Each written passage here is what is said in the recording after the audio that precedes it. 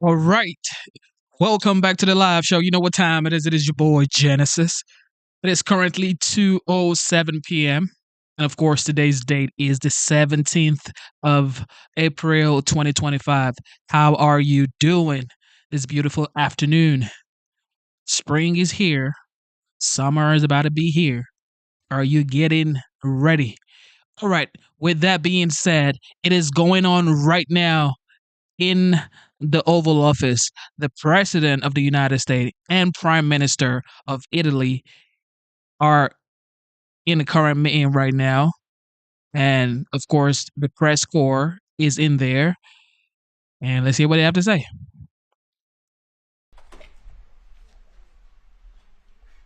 Thank you very much, everybody. And I've been briefed on the Florida State University, Tallahassee active shooting. I guess it's an active shooter. Uh, fully briefed as to where we are right now. It's a shame. It's a horrible thing. Horrible that things like this take place. And we'll have more to say about it later. In the meantime, it's an honor to have the Prime Minister of Italy with us, Prime Minister Meloni, who's doing a fantastic job. I would say that she has taken Europe by storm and highly respected. Everybody loves her and respects her, and I can't say that about many people. And she's become a friend, and we really have a great relationship between Italy and ourselves. And we talked about trade. We talked about many, many things during our luncheon, and she'll be saying a few words, but she's a very special person, and it's nice to have you with us. Thank you very much. Thank you very much, Mr. President. Thank you for your warm welcome. Thank you for this occasion, which is aimed to strengthen our relation, our friendship that comes from very far. You know, today is April 17, and April 17 marks the anniversary of the agreement that allowed Cristoforo Colombo to make his trip. And I say to remember how ancient are our ties, but also to remind that we both share another fight, which is the fight against the woke and ideology that would like to erase our history. And as I know that we share lots of things on tackling illegal migration, on fighting against synthetic drugs. You know, Italy has been one of the nations that made a plan against fentanyl, for example. But we have been talking about many bilateral topics and things that we can do together, about defense, about economy, about space, about energy. Italy will have to increase its LNG imports, and also nuclear that we are trying to develop. I think there can be ways to work together, and the Italian enterprises will invest, as they've been doing for many years, as you know, in the next years, I think around 10 billions. That shows how interconnected our economies are. And that's very important, Mr. President. It's not only about Italy, it's about the entire Europe. The exchange between us is a very big one. Investments, trade. It's a topic that we are discussing in this week. But at the end of the day, look, somebody calls me, I was saying it before, such a Western nationalism. I don't know if it is the right word, but I know that when I speak about West, mainly I don't speak about a geographical space. I speak about a civilization. And I want to make that civilization stronger. So I think even if we have some problems, okay, between the two shores of the Atlantic, it is the time that we try to sit down and find solutions. So I want to thank President Trump for having accepted an invitation to pay an official visit to Rome in the near future, and consider a possibility in that occasion to meet also with Europe. The goal for me is to make the West great again. Okay? And I think we can do it together. We can. We will keep on work on that. I'm going to close. I want to say only, I'm proud of sitting here as Prime Minister of an Italy that today as a very good situation despite the difficulties, a stable country, reliable country, 1 million more jobs in the last 2 years and a half. Great.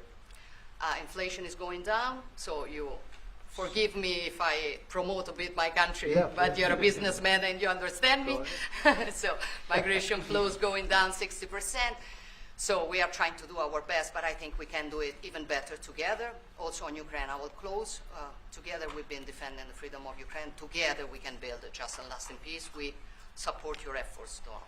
Good. Thank you.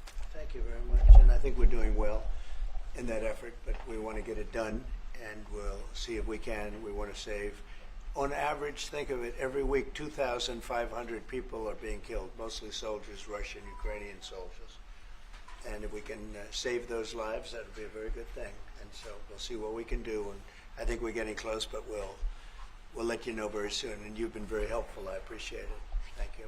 Any questions? Mr. President, on Russia, Mr. President, how much longer does Vladimir Putin have to respond to your ceasefire proposal before you put secondary tariffs or sanctions on Russia? We'll see what that will be. We're going to be hearing from them this week, very shortly actually, and we'll see. But we want it to stop. We want the death and the killing to stop. Mr. President, on Jerome Powell, you said that the termination of Jerome Powell cannot come fast enough. He says he won't leave, even if you ask him to. Oh, he'll leave. If I ask him to, he'll be out of there. But Do you believe I you don't, have I don't any think hours he's. for movement I don't think and he. you're trying to do that? I don't think he's doing the job. He's too late. Always too late. A little slow, and I'm not happy with him. I let him know it, and if I want him out, he'll be out of there real fast. Believe me. Yeah, go ahead. Are you trying to remove him? Go ahead, please. Question.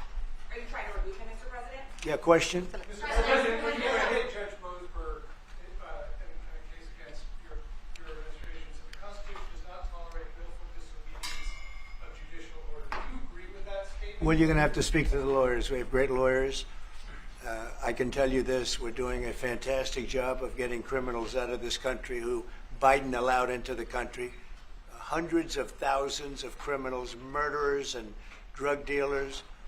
And I was elected because of the fact, I would say maybe that was the number one factor, a lot of reasons, the economy, a lot of things. But one of the primary reasons I was elected is because I said, I'm going to get the criminals that he allowed to come into our country so stupidly through open borders. I'm going to get them out. And I got a lot of votes, record-setting numbers of votes, as you know. We won everything. The popular vote, all 7 swing states, we won everything. And that's what the public wanted, and that's what I'm doing. But you'll have to speak to the lawyers because it's up to them. Mr. President, what do you think of the proposal from France? Say it. What do you think of the proposal from France and UK of a peace mission in Ukraine with soldiers? And do you think that Italy should take part into it? Well, I think Italy will have to make that determination, but peace missions are always good with me. I'm okay with peace missions. Yeah, please. Mr. President, have you discussed what areas of cooperation and discussed with the Prime Minister vis-a-vis Italy and the United States and Europe and the United States? And on China? We discussed it very briefly. No, we're doing very well with negotiations, I think, with all countries.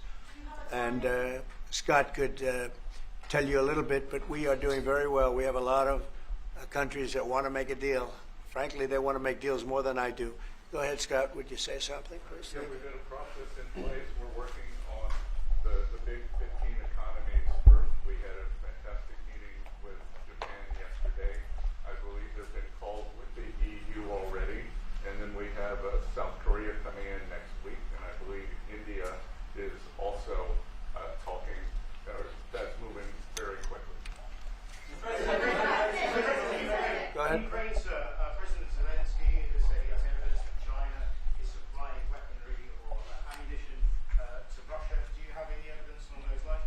And also, he said we could see a minerals deal signed this week. Is that? Well, we have a minerals deal, which I guess is going to be signed on Thursday, Scott, next Thursday, soon. And I assume they're going to live up to the deal, so we'll see. But we have a deal on that. No, I have no comment on that. I have no idea. That's his statement, not mine. Mr. President, is it up to you about the Israeli attack on Iranian nuclear facilities? And they say the attack is what? That you waved off an Israeli plan to attack Iranian nuclear facilities. I wouldn't say waved off. I'm not in a rush to do it because I think that Iran has a chance to have a great country and to live happily without death. And I'd like to see that. That's my first option. If there's a second option, I think it would be very bad for Iran. And I think Iran is wanting to talk. I hope they're wanting to talk. It's going to be very good for them if they do. And I'd like to see Iran thrive in the future, do fantastically well. I know the Iranian people, they're incredible people. Always have been very smart, very energetic, very successful people. And I don't want to do anything that's going to hurt anybody. I really don't. But Iran can't have a nuclear weapon. It's, pretty simple. It's really simple. We're not looking to take their industry. We're not looking to take their land. All we're saying is you can't have a nuclear weapon. The deal that was made with Obama, that deal would have expired already. It was a terrible deal. It would have expired. And that gave them a clear path to a nuclear weapon. I wouldn't have accepted. That's why I terminated the deal. Number one, it was way too short.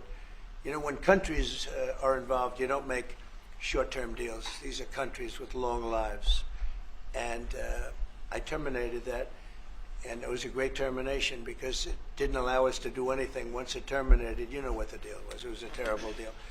Really, one of many terrible deals made by the U.S. But no, I'd like to see Iran thrive. And they can do that, I think, very easily, or they can do it the other way, and the other way is not going to be good for them. It's going to be really bad for them. What do you make of the Nvidia CEO going to China and met with trade officials there? Well, Jensen's an amazing guy. He's become a friend of mine, and I don't know, he's a person that's very proud of our country. He loves our country. I'm not worried about Jensen at all. Mr. President, we're holding you in contempt. Will you take steps to return Kilmar Abrego Garcia to the United States and put him in front of a judge? Well, I'm not involved in it. I'm going to respond by saying you'll have to speak to the lawyers, the DOJ.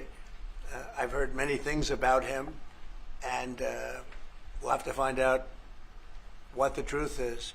But I will say this, we were inundated by millions of people, many millions of people during the Biden administration. They say 21 million. And a big percentage of those are criminals, serious criminals. I'm not saying just criminal because they came into the border illegally. I'm saying they're criminals at the highest level, murderers. Many of those people murdered more than one person, and they're on the loose. And I was elected to get rid of those criminals, to get them out of our country, or to put them away, but to get them out of our country. And I don't see how judges can take that authority away from a president. We've done an amazing job, Tom Homan, Kristi Noem. We have done an amazing job. Nobody can believe the job we've done. Far greater than what I said. I mean, I got elected on that, but we've done much better. We have right now 99% border. It's a 99%. Nobody thought that would even be, nobody's coming through our border practically. 2 weeks ago, we had 9 people come through, all for medical reasons. We allowed them. We brought them through because one had a heart attack, one had something else, all for medical reasons. We have a great border. We had a great border 4 years ago, but we have a border now that's even tighter, and we did that in a matter of weeks. And no, we have to. We need to get murderers and drug dealers and people that were in jail for horrible. They released jails, Georgia, from all over the world. They released them, not just South America, all over the world. Oh my Congo, goodness. Africa. Say Many Georgia. people come from the Congo. They I don't know what released that is, jails. but they came from Look the at her. Congo. Listening to And him. all over the world they came in, opened their jails. He has a Venezuela, plane on the table. practically all of their prisoners released. OG, into our country. We took OG them Trump, yo. because we had an incompetent administration called the Biden He's explaining to her. and to think what they've done to our country. And I was elected to straighten that out, and I'm doing that. But we have activist judges that don't want murderers to be sent out of our country. They don't want killers and drug dealers and drug lords and people from mental institutions. They want them to stay in our country, I guess. I don't know, maybe that's the liberal way, or as they call it nowadays, the progressive way. But I don't think it's the way that our country believes, and that's why I won in a landslide. Okay. Back on trade, Mr. President, you did say that you were confident these deals will be done, but you also said that you're in no rush. Americans are seeing prices rise. They're seeing it on their bills. How long can they expect that pain to last? So they've already seen it get much better, because if you were truthful, which you're not, I know you very well, you have gasoline that hit $1.98 yesterday in a couple of states. You have gasoline way down. The price of oil has dropped substantially. $1.98. Groceries are substantially down. The price of eggs. When I came in, they hit me with eggs. I just got there. I was here for 1 week, and they started screaming at me, eggs have gone through the roof. I said, I just got here. I was there for 7 days, and I hear that eggs have gone through the roof before I got there. And they were screaming at me, the press, the fake news, like you're fake. And the fake news is screaming at me, like, about eggs. I said, I've only been here, this is my 7th day. And they were right. They went up 87%, and you couldn't get them. They said, you won't have eggs for Easter, which is coming up. Happy Easter, everybody. You won't have eggs for Easter. And we did an unbelievable job, and now eggs are all over the place, and the price went down 92%. And our Commissioner of Agriculture, Brooke, has done a fantastic job. They really have done a fantastic job. So prices haven't gone up. The only thing that's gone up, actually, is interest rates, because we have a Federal Reserve Chairman that is playing politics. Somebody that I've never been very fond of. Wrong for what? But he's playing politics. Interest rates should be down now. They should be coming down. In Europe, as you know, they reduced them, I guess 7 times. It looks like they're going to reduce them again and again and again. But our guy wants to play cute. But interest rates Our guy wants to play cute. Maybe they went up just a slight bit. Jerome Powell. But that's because of the Federal Reserve, because they're not very smart people. Uh-oh. Yes, sir, please. Uh-oh. Go ahead, please. Do you regret nominating him, Jerome Powell?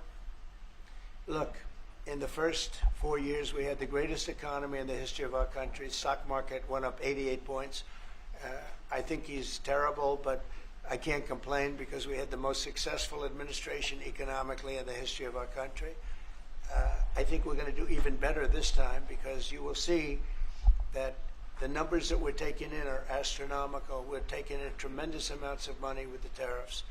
We were treated very unfairly on trade, and countries are having a hard time getting used to the fact that they can't do that to us anymore, because we have a real president. We have a president that understands what it's all about. We had presidents that, in some cases, were smart, but they didn't understand business, or they didn't like business, or, it wasn't like a priority.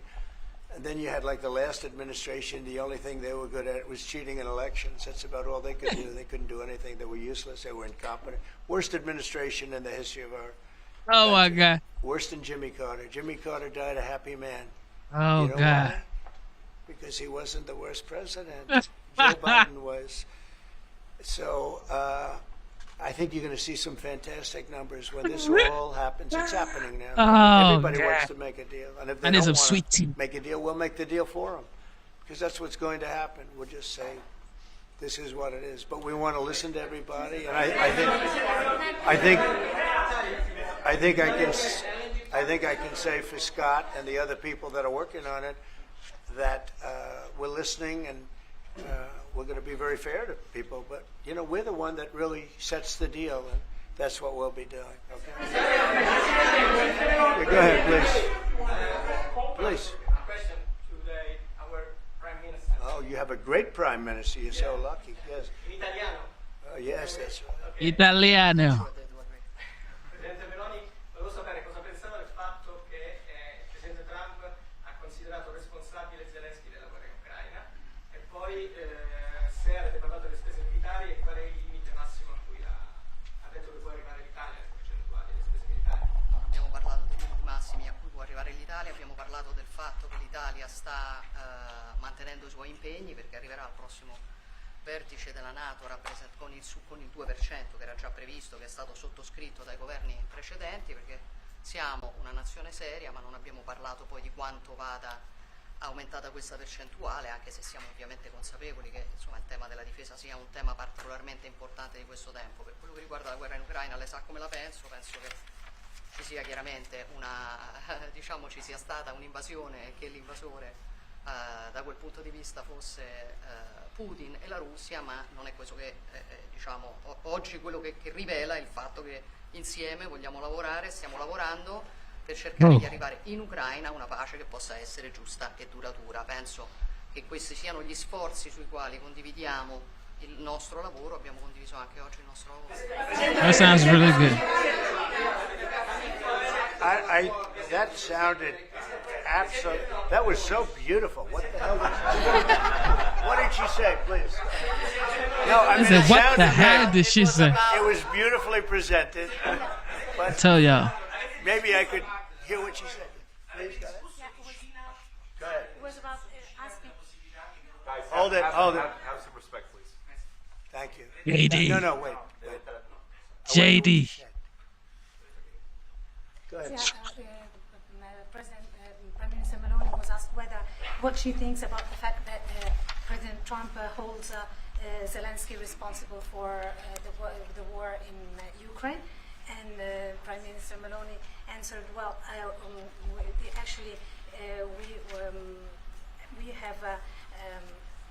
No, and also if you talked about the military spending, and the raising of the military spending, and the first thing Prime Minister Meloni said is that no, actually we didn't talk about the raise in military spending. Of course, Italy will keep its commitments with 2%, and then we will see, because we are absolutely aware of the fact that it is very important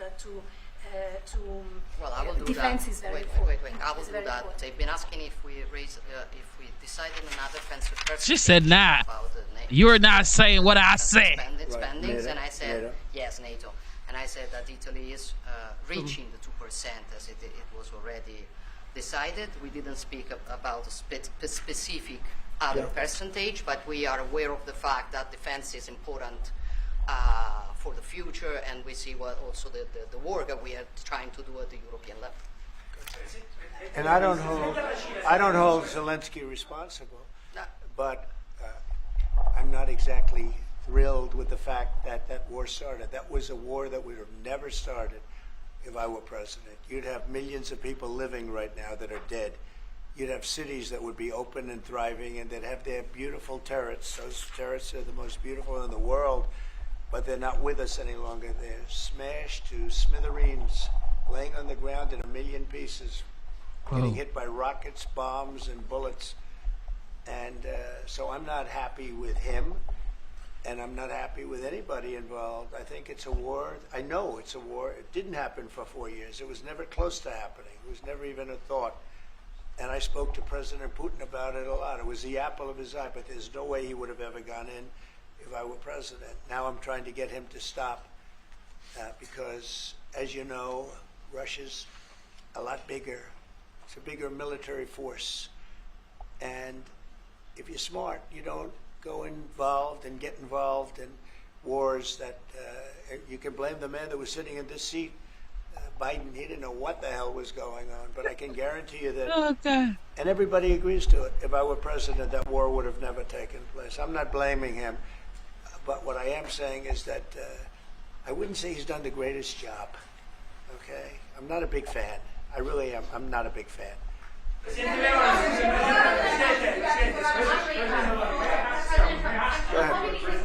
Go ahead.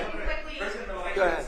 Presidente Meloni, avete discusso di Cina e della possibilità che l'Europa poi realizzarsi, diciamo, sulla Cina. Mr. President, are you sure about the definition of parasite of European? Would you say again that European are parasites? He's never said. Would you say again that The European- Have you are said that parasites? Europeans are parasites? Yeah. Have you seen it? No, I haven't said. I don't He know what. didn't say it. I don't even know what you're talking about. Go ahead.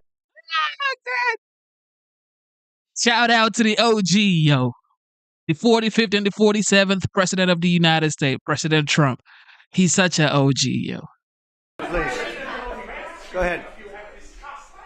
No, wait, next. Go. Prime Minister Meloni just said we want to make Europe great again, and we want to do it together with the United Sure. West, yeah.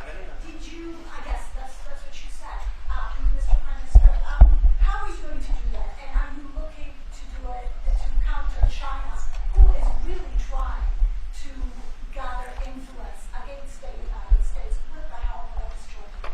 I hope that Europe is going to be great again. Europe is going through a lot of problems, and a lot of it's having to do with immigration. And I'm not a big fan of Europe and what they've done with immigration at all. And I think they got to get smart, because Europe is being very badly hurt by what they've done with immigration. Now, I'll say this, that the Prime Minister has taken a very tough stand on immigration. And I commented to her before. I said, I wish more people would be like you having to do with that subject, but they're not. Europe is very important to me. Europe is very important to the world. I want Europe to do very well. I think they have to get a lot smarter on immigration. But we are beginning doing it. You've all seen now the policies of the European Union in the last, let's say, 2.5 years have been changing. Okay, at the beginning we were talking only about how we were redistributing illegal migrants coming to Italy. Now we are talking mainly about how to stop illegal migration, work with the countries of origin and transit, and to return people. The European Commission just did the new rules about repatriations and things like that. So things are changing, thanks also to the example that Italy brought in lowering the rates of illegal migration. So we are working now together. So I'm optimistic on that. Good. I hope so. Go ahead, please. Go ahead. I'd like to ask President Meloni if you have discussed the option of starting a deal with Italy on satellite communications, and President Trump, if you want to see the Google company growing up.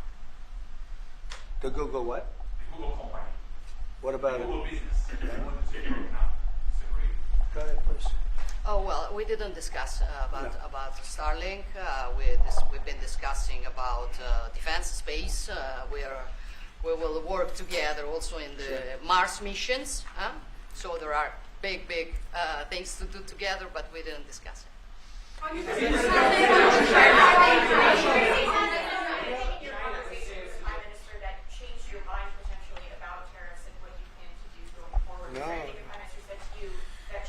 No, tariffs are making us rich. We were losing a lot of money under Biden, trillions of dollars, trillions on trade. Biden getting his strays, And yeah. now that whole tide has turned. We're making a lot of money. We're taking in a lot of money. Don't forget, we're taking in 25% on cars, 25% on steel, 25% on aluminum, 10% baseline. We put penalties on China for sending us fentanyl. We put penalties on Mexico and Canada, 25% for allowing fentanyl and allowing the borders to be weak. Now we're taking in billions and billions of dollars while I sit here and talk to you. And we didn't take in anything before, other than the tariffs that I put on previous to Biden, which were the tariffs I put on China, where we took in, up until this point, probably $700 billion. They were Trump tariffs. He tried to weaken them. He did everything he could. You know, he got paid money by China, right? The family got paid money. He did. And so I don't know, maybe that was the reason or maybe it wasn't. But he tried to weaken them, but he couldn't, because there was so much money that his budgets, you know, they couldn't stand not doing it. But I took in the, up till this point, my tariffs on China. Nobody ever took in 10 cents from China. No other president took in 10 cents. I took in more than $700 billion from China. So we're doing very well. I mean, our country's doing very well. They had a bad report today from one of the healthcare companies that had an impact on the stock market. But this isn't about that. This is really, we're building a base. We're building a country like no other. And again, I had the strongest economy in the history of our country by far, history of any country, probably, but the history of our country in 4 years. And I think this has a chance to be much better. Can you clarify on the mineral field? Will that be signed here at the White House with Ukraine on Thursday? Will President Zelensky be coming here for that? I don't know exactly. I'm going to leave that to Scott. What do you think? Where would it be signed and when? Yeah, we're still working on the details. We're shooting for around April 26th. Is there any more detail that you could tell us about what's in that deal and how it came together? It's substantially what we'd agreed on previously when the president was here. We had a memorandum of understanding. We went straight to the big deal, and I think it's an 80-page agreement, and that's what we'll be signing. President Trump, on rate cuts, can you clarify on rate cuts? Do you intend to seek Powell's firing if he doesn't change his stance on rate cuts, or is that on the table, or is it out? Well, I think he should do the rate cuts because I think if Europe has done it, it puts us at a disadvantage to Europe. I mean, he plays right into their hands. So I think he should do the rate cuts. We don't have really inflation now. I just said the major things are going down. Oil is great. Oil is way ahead of schedule, and that's because of our policies. But oil is down into the $60, $65 range now per barrel. And I told you, in certain states we have less than $2 for gasoline. And food is down. Groceries, as we call it, are down. Other than interest rates, everything's down. Interest rates are pretty flat. They're not. It's not that they're up, but we should be better than flat. We should. If he would lower the interest rate, I think it would have a good impact on that too. But the costs are down. We have very little inflation. I would say we have essentially no inflation. Hard to have inflation when oil goes down, and oil goes down. When Biden came in, oil went through the roof. That's what caused our problem. That and his very dumb spending. But when the oil prices go down, and they have gone down a lot, we've gotten it down really good. We've opened it up and we've gotten them down. And that means that people driving cars are going to be paying $2 and $2.50 instead of $4.50. And you know, even at the end, they tried just for the purpose of the election to get it down, but they had really lost that sucker. It was not good. But if they had won, oil right now would be at $7 or $8 because of their policy, and we're going to be at about $2.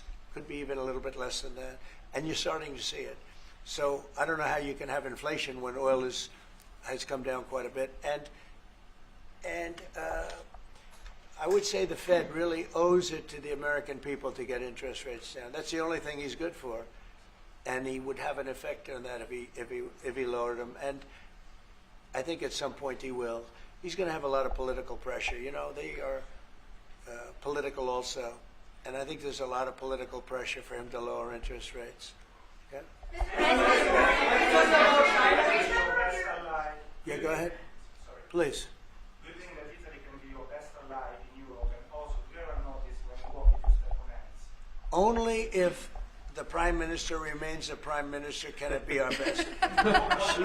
she's doing a great job, and yeah, certainly one of our great allies, not just in Europe, anywhere. She's a fantastic person and doing a great job, and our relationship is great. And we have a lot of Italians in this country, I tell you, and they like Trump, and they voted for Trump. Anyway, thank you very much, everybody. Thank you. Thank you.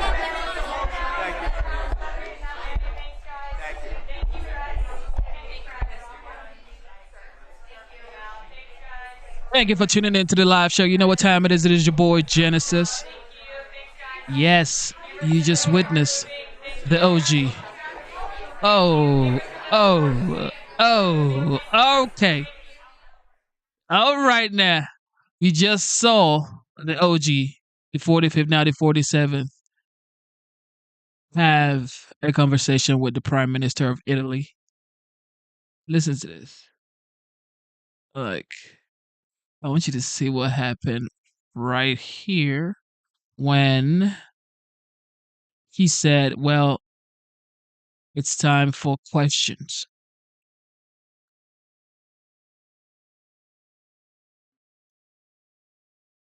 Hold up.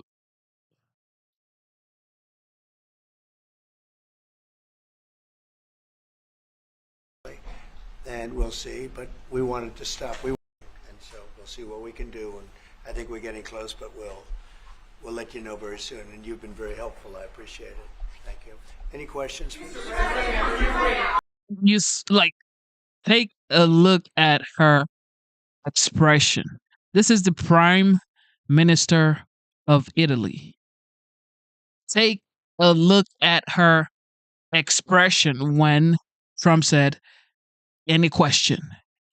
The way the media, the way the press corps attacked the president, she was so surprised. She was like, whoa, I'm not doing this, or I'm not used to doing this.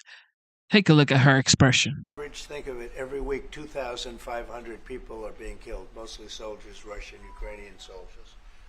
And if we can save those lives, that would be a very good thing.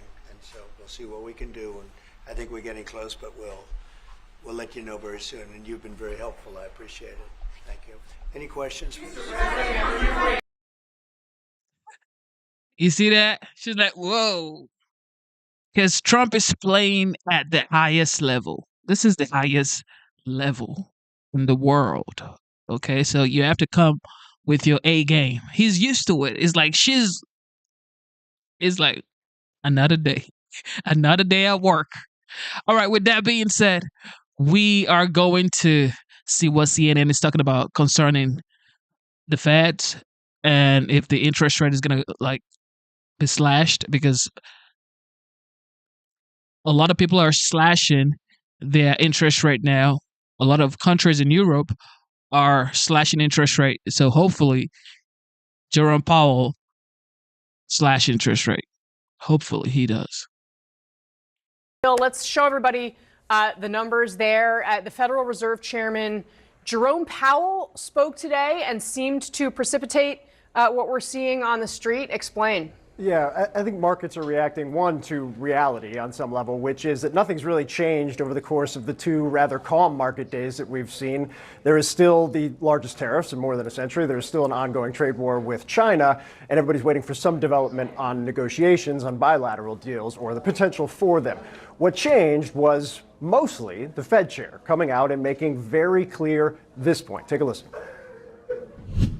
The level of tariff increases announced so far is significantly larger than anticipated, and the same is likely to be true of the economic effects, which will include higher inflation and slower growth. Both survey and market-based measures of near-term inflation expectations have moved up significantly, with survey participants pointing to tariffs. Now, Casey, on top of that, there were two additional points Powell made building off of what you just heard that I think are extremely critical to pay attention to right now. One, the expectations are that situation he was describing on economic conditions and inflation is a situation that he said expected to play out over the balance of the year. So it's going to be longer term. It's not going to be something that turns around immediately. The second is he raised the prospect of these Feds, quote, dual mandate, their statutory requirements as the Fed, at some point coming into tension with one another. So the Fed has two roles, right? You keep prices stable, you deal with inflation, and you also keep employment low, full employment.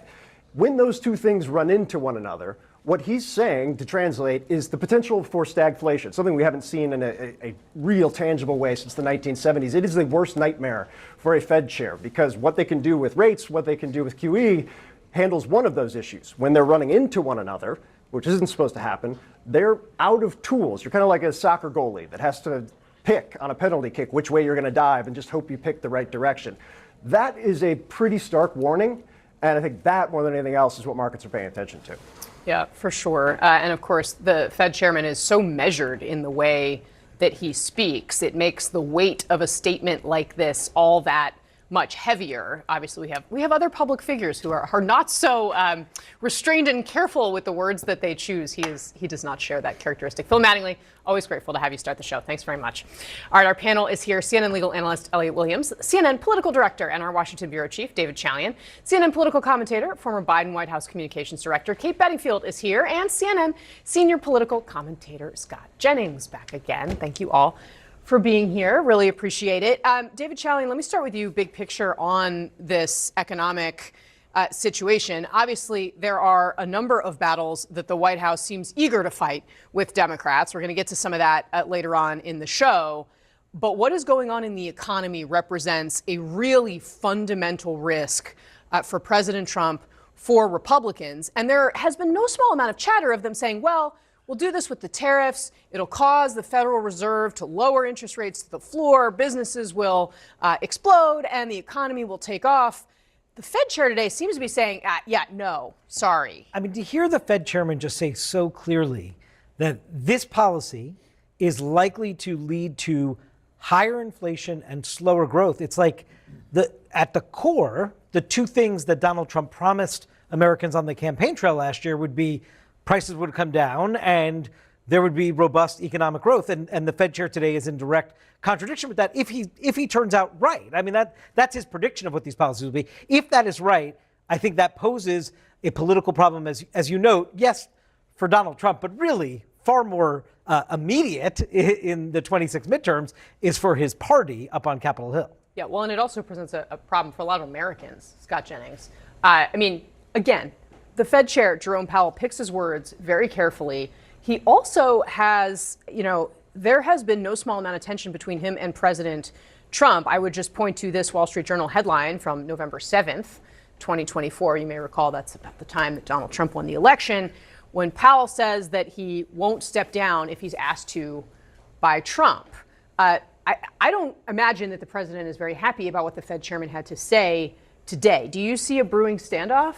Yeah, I wouldn't expect tickets to the Easter egg roll if I were Chairman Powell right now. Look, I of course, and I'm sure President Trump's going to react negatively to this statement today because he sees it much differently. He sees this as a long-term transformation of the economy.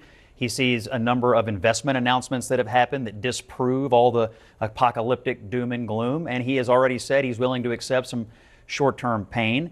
And he's asked the American people, or at least his supporters, to accept that as we transform the economy to the benefit of the working class. However, the problem is and will be the trajectory of the economy in the minds of voters come next summer, late summer, and the fall. I think they actually will accept a continued amount of turbulence if they think the trajectory is good. That's really the measurement of how people feel. I don't think all the problems have to be fixed because they know there were myriad problems under the previous administration. But if they think they're on the right track, they'll give them some more leash. If they think they're on the wrong track, that's when you start to run into problems with the voters. That may be, but I think the challenge Trump's going to have here, I mean, there's so few things that a president truly has control over in office. You make all these promises on the campaign trail, you come into office, and then you have to deal with the world as it is.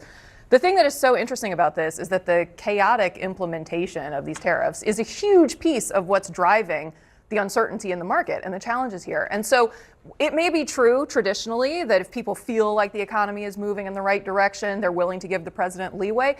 But Trump has stood up and thrown his arms around this and said, this is my problem. I created it because in 10 years or 15 years or 20 years, things are going to be better for you. I think it's going to be really tough in the fall of 2026 to ask voters to say, well, just hold your nose and just wait. And it's going to get better. And moreover, it's to pick up on both David's and your points, Kate, the certainty with which Donald Trump came in saying, look, in effect, I alone can fix it, to echo the point that he made several years ago, that what I will implement will ultimately fix the economy and make things better for all Americans. Yes, he has some runway, but that runway is getting much, much shorter. I do think some of the chaos may seem reduced if over the next few weeks they do roll out a series of announcements with trade deals with individual countries. I mean, they're obviously in deal-making mode. This is what he was put on this earth to do, make deals. Countries are coming to the table. So if they start to say, here's our deal with Japan, here's our deal with Vietnam, here's our deal with all these countries, and we're actually building a coalition to isolate China, I actually think that could make it seem like the chaos is being reduced and people start to see the end game here, which is a stronger America and a weaker China on the internet. Fair enough. That would also require him, but that would require him to stick to whatever deal he negotiates. I mean, part of the challenge is, you see the Commerce Secretary or the Treasury Secretary come out and say, well, actually, no, there's going to be an exception on chips and there's going to be an exception on phones. And then Trump says, well, I don't really like the word exception. So, I think Trump has a credibility challenge here. It may be that he's able to successfully negotiate all these trade deals. I'm not sure the market is going to believe him, even when he comes out and says these are the terms, because he himself hasn't stuck to his previously set agenda here. And the bigger point is that not all trade deals are created equal. And yes, we can strike trade deals with Sri Lanka and Vietnam, but none of these countries have the power, to harm the American economy that China does, and without a consideration of China. Yeah. And just to your point about Powell, you showed that Wall Street Journal headline, I think it was from the election time. I think it was just yesterday or the day before, Treasury Secretary Bessa in Argentina talked about starting to interview or come up with a list of people of thinking of new candidates because when Powell's term ends next year, Trump is going to be in position to. And the fact that it was like out there yesterday from the Treasury Secretary already seeding the ground of trying to look at the post-Powell era. To Scott's point, I would be very surprised if Donald Trump did not react negatively to what the Fed chairman said today. Well, and Scott, can you just be realistic with me? I understand you're presenting how the administration is looking at this. We're going to talk for a second about deportations. We're going to talk later in the show about transgender athletes, right? There are all these fights that the administration is generating, is picking in many ways. Realistically, is the economy the riskiest ground for the president right now? Is this the biggest question mark for him on a very long list of very contentious issues? Of course, the economy is always the riskiest ground for any president because you tend to rise and fall based on how people think you did with it. So when you make sweeping changes to the way our economy works, the way it's going to work around the world, there is a lot of risk in that, but there could also be a lot of reward in it if people see the end game, which is we isolated China, the working class feels like better jobs are coming back to decimated communities. So there's a lot of reward here, but it could take some time to get there. I will say on the other fights, I think they're on the right side of virtually every fight they're picking. I mean, you mentioned the some of the cultural fights they're picking. Immigration's his best issue right now. These are not inconsequential matters. I mean, on a lot of these things, he's on the 80, the Dems are on the 20. Exactly, especially when it comes to transgender issue, men and women's sports. Like, what is that? And the junior senator from Wisconsin has stepped over it repeatedly. Anyway, Judge Clooney was interviewed and asked what happened with Biden. Y'all remember what happened between Judge Clooney and Joe Biden? George Clooney is currently appearing on Broadway as Edward R. Murrow in a stage production of Good Night and Good Luck, which highlights the importance of journalism as a check against government corruption, also asserting the importance of facts and evidence and careful, diligent news broadcasting. Good Night and Good Luck opened not even 2 weeks ago and already has broken the weekly record for the highest grossing play in the history of the United States. I sat down yesterday with George Clooney at the Winter Garden Theater to discuss Murrow, journalism, courage, the op-ed he wrote last July calling for President Biden to drop out of the presidential race, and the state of the nation today. I can't believe that the movie Good Night and Good Luck was 20 years ago. 20 years ago, I know. 20 years ago this year. Yeah. What would make you, because obviously you didn't start doing this the day after Trump got elected, right? No, you started 2 years ago. Yeah.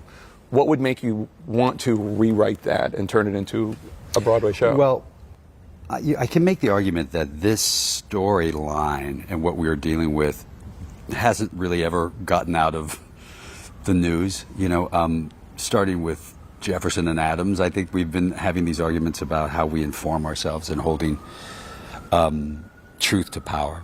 So I just felt like doing the telling this story again and talking about the story again. You know, Grant and I watched the movie about a year and a half ago. We were, for some reason, there was a screening someone did and asked us to show up and comment on it. And we were watching it and we thought, boy, this is still everything we talked about then and that counted in 1954 still counts. And we thought, well, we've been trying to do it as a play for a while, and then we thought, well, it's not a bad time to talk about these things, holding truth to power, and the importance of journalism. You know, and I grew up as a son of a journalist. I grew up running a teleprompter in the. Oh, you did that? In the newsroom at my dad's news. You know, it's crazy. At the time, you know, it was like you would just feed paper in, and then if they cut a scene, there was a paper cutter at the end of it, and you would just cut it and tape it. I can't believe you did how old were you when you did teleprompter? 12. Seriously? Yeah. And people might not remember, but you and your dad actually did journalism together when you went to Darfur. Mm-hmm. Yeah, well, I would argue that my father did journalism. In fact, I called my dad up. We were going to go with some reporters, and they bailed out because there was because it's dangerous. There was a threat, and they didn't want to go. And so I called my dad, and I said, you know, he used to talk about when he was a young guy. He did a news story, and it got bumped for Elizabeth Taylor story. Mm-hmm. And he was pissed off about it. And I said, I'll tell you what, Pop. And I talked about that. And I said, remember how that worked before? And he said, yeah. I said, so let's go to Darfur, because no one could get in there then. I said, let's you and I go in, and you be the newsman, and I'll be Elizabeth Taylor, and we'll get the story out. Did you first hear about Murrow from your dad? Yeah. My dad, when I was a kid, my dad would stand on a chair when I was 6 years old and do the Box of Lights and Wires speech. Oh, really? The whole thing, it's like a half an hour or something. And it's actually longer than that. He would do his selected version of the Box of Lights and Wires. He would do that, and he would do Julius Caesar, and what was the other? And he would do Hamlet. He would stand on a chair and do those three things for us. So I grew up really aware of it. Also, my father held high Murrow and Cronkite because... Although they hated each other. Yeah, of course. but the reason was because Cronkite also was a journalist who, when Johnson didn't run for office again, he said, well, if I've lost Cronkite, I've lost the country.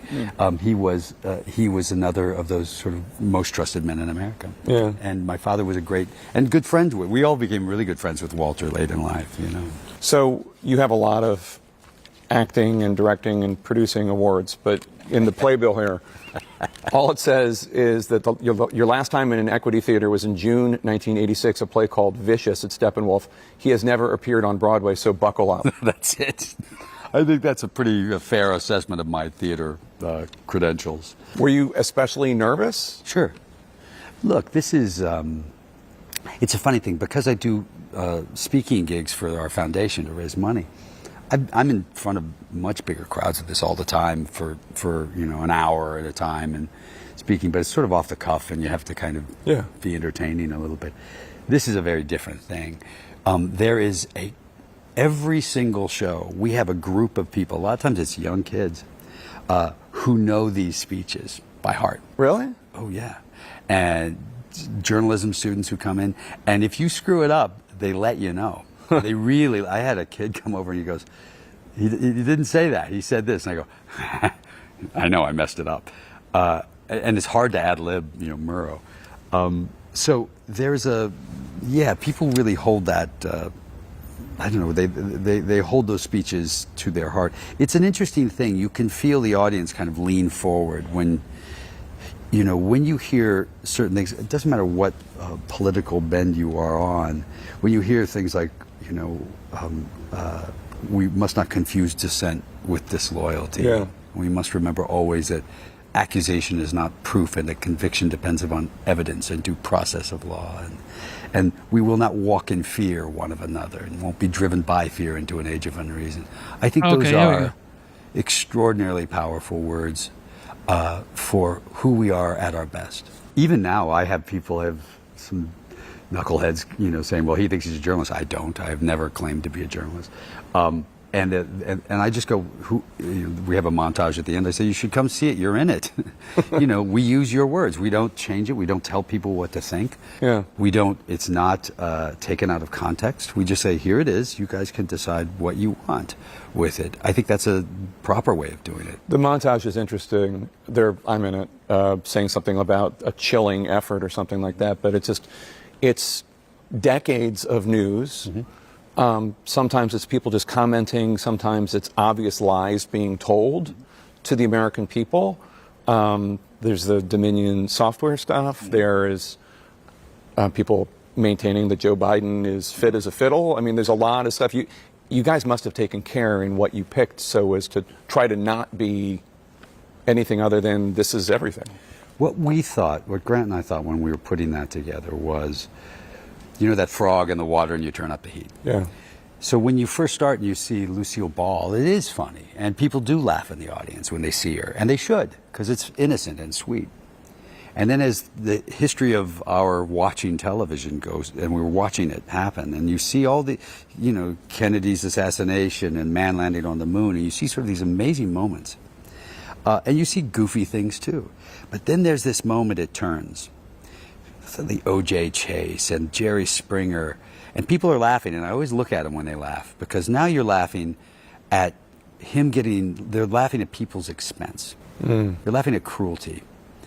And from that moment on, it becomes much more about how we decide to inform ourselves and how we decide to talk about people.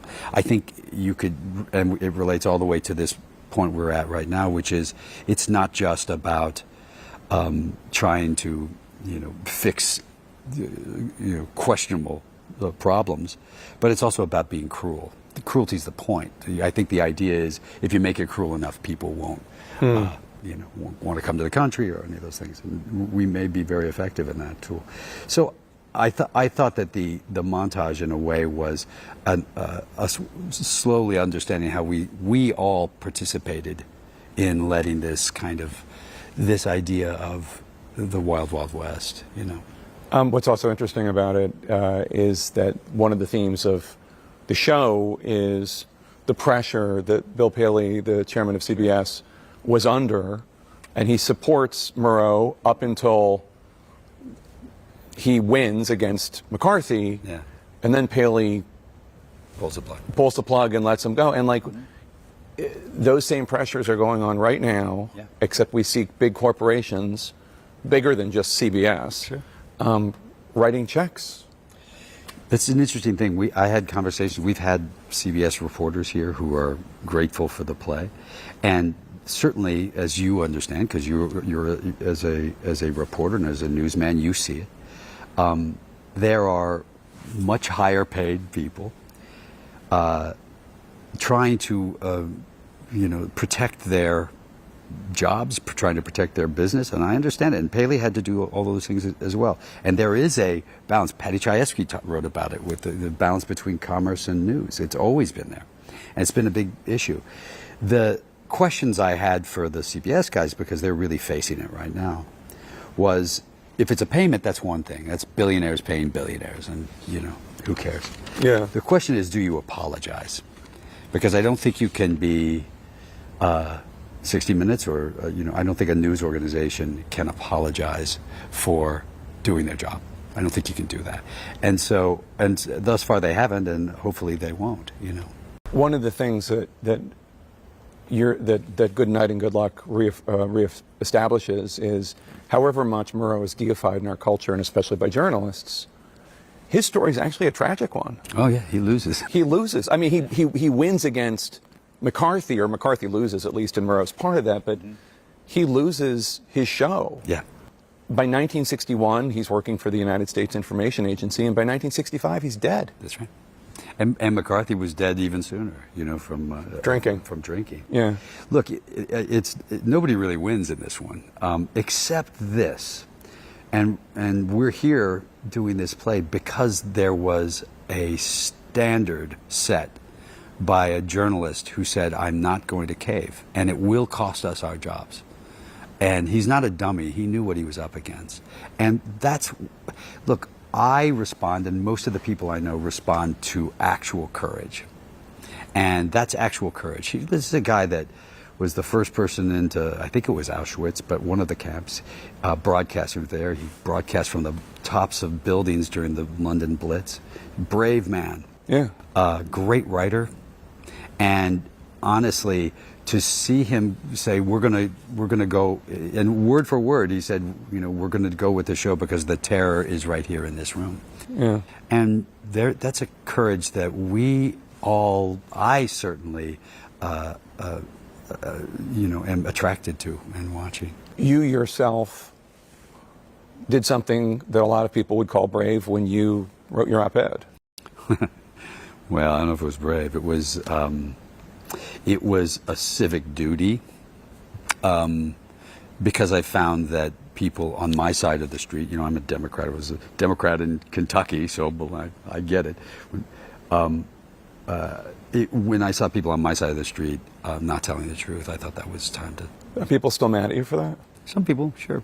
It's okay. Listen, the idea of freedom of speech, the specific idea of it is, you can't demand freedom of speech and then say, but don't say bad things about me. Right. That's the deal. You have to take a stand if you believe in it. Take a stand for it, and then deal with the consequences. That's the rules. And so when people criticize me, they criticize me because of my stance against the war 20 years ago, and so people picketed my movies and they put me on a deck of cards.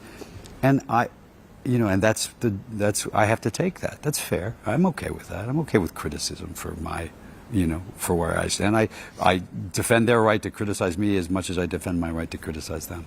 You were in the news recently. There's a book that says that after somebody on Morning Joe said that the op-ed, it sounded more like Obama than it sounded like you. Oh, yeah.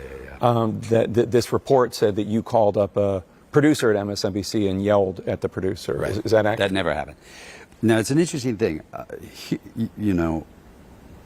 Here's a funny thing about this. You're writing a book, and all I have to do is tell the truth. I have emails. I was ticked off when it was Mika Brzezinski, who I like, a perfectly nice woman, but she said that, that President Obama was behind me writing the op-ed, and that's not true at all. It has no basis in fact. And I wrote Mike Barnacle, and I just said, what is that about? And Mike just said, I don't know, I know. And I said, the one thing you know about me is that I don't take my marching orders from anybody. And that's the only person I know over there. And I wrote him, we have a 4-email exchange. And then this guy says, I called up a producer who I don't know how to call a producer there. I don't know any producer there. And I yelled at them, which isn't true. And here's the problem with that. What that does is it calls into question any other facts in his book. Mm. And that's the thing about what Murrow does, too. He talks about this constantly. Reliable sources. How do you, back your information? There's a whole story that these guys try to run that Murrow says you don't have it. One other thing about your op-ed I just want to ask, because you called for a robust primary, mini primary. Yeah. I know there were a lot of people that wanted that. Mm-hmm. Obama and Nancy Pelosi were saying so publicly that that's what they wanted after Biden dropped out. But the way Biden dropped out, immediately endorsing Kamala Harris, that didn't happen. That didn't get to happen. Do you think it would have been better if there had been some sort of contest? Yeah. If you think about it, she may have ended up winning that contest. And here's the problem that we were facing. Now they got a problem. You lost. The Democrat lost. Joe Biden lost. Kamala Harris lost. Trump won the election. Okay. Let's move on. All right. But let's listen to what he has to say. With that, it's very hard to, whether or not you agree that that administration was successful or not, that's a different thing. But the perception was, and how they were running was that it was a failed administration. I could argue that it's not, but that's a different argument. You can't run against yourself, right? And that's why that was a difficult campaign. It's hard to run against yourself and say, well, yeah, I disagree with all this stuff. And in fact, possible because you're also, not there to try and run down, her president at the time. So it was a very difficult campaign. I think we should have seen from some people that I think we have some really good governors, and I would have liked to have seen an expedited, quick primary. I think we would have sustained it, and she may have come out on top. I don't know. Who do you have your eyes on? I really, there's one person in particular I think is spectacular. There are a few. I like Andy Bashir. I like. Oh, you're Kentucky. I'm a Kentucky guy. Yeah, I like him. He's a good guy, and they're smart. And he's won in a red state. He's a Democrat. I like Gretchen. I think is very good. But who I think is levitating above that is Wes Moore. I think he is the guy that he's handled this tragedy in Baltimore beautifully.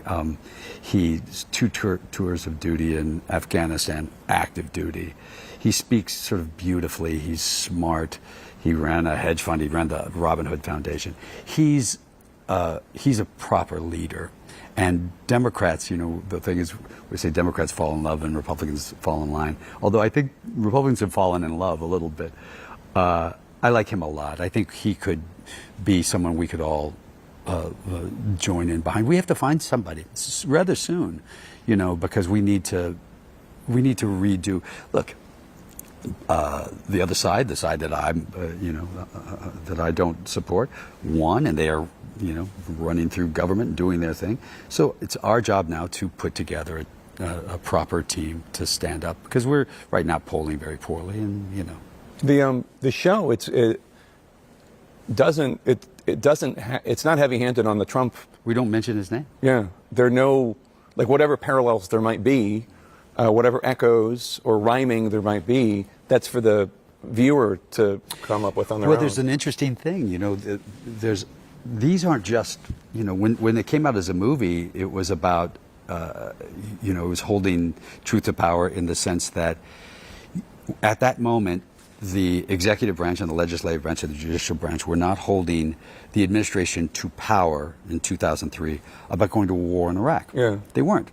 And we required the Fourth Estate to hold them to power. And remember, there was embedding journalists at the time. There was a lot of confusion, but there were still good, solid journalists holding, truth to power. And that's why we wrote the movie about that. And so this play is basically talking about literally how do we inform ourselves, and holding truth to power. That's the number one thing you can do. And when I was growing up as a kid, my dad had one rule, and it was it. He just said, "I don't care what you do. I don't care. You can be anything you want to be, but you have to defend people with less power than you, and you have to challenge people with more power. That's it. If you do that, you win in life." And I try to do that. I fail a lot at it, but I try to do it, and I believe in it. Has your dad seen the show?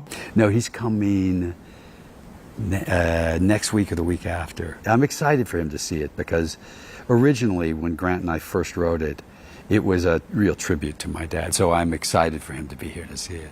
That's great. Well, thank you so much for your time. Well, thanks for coming up.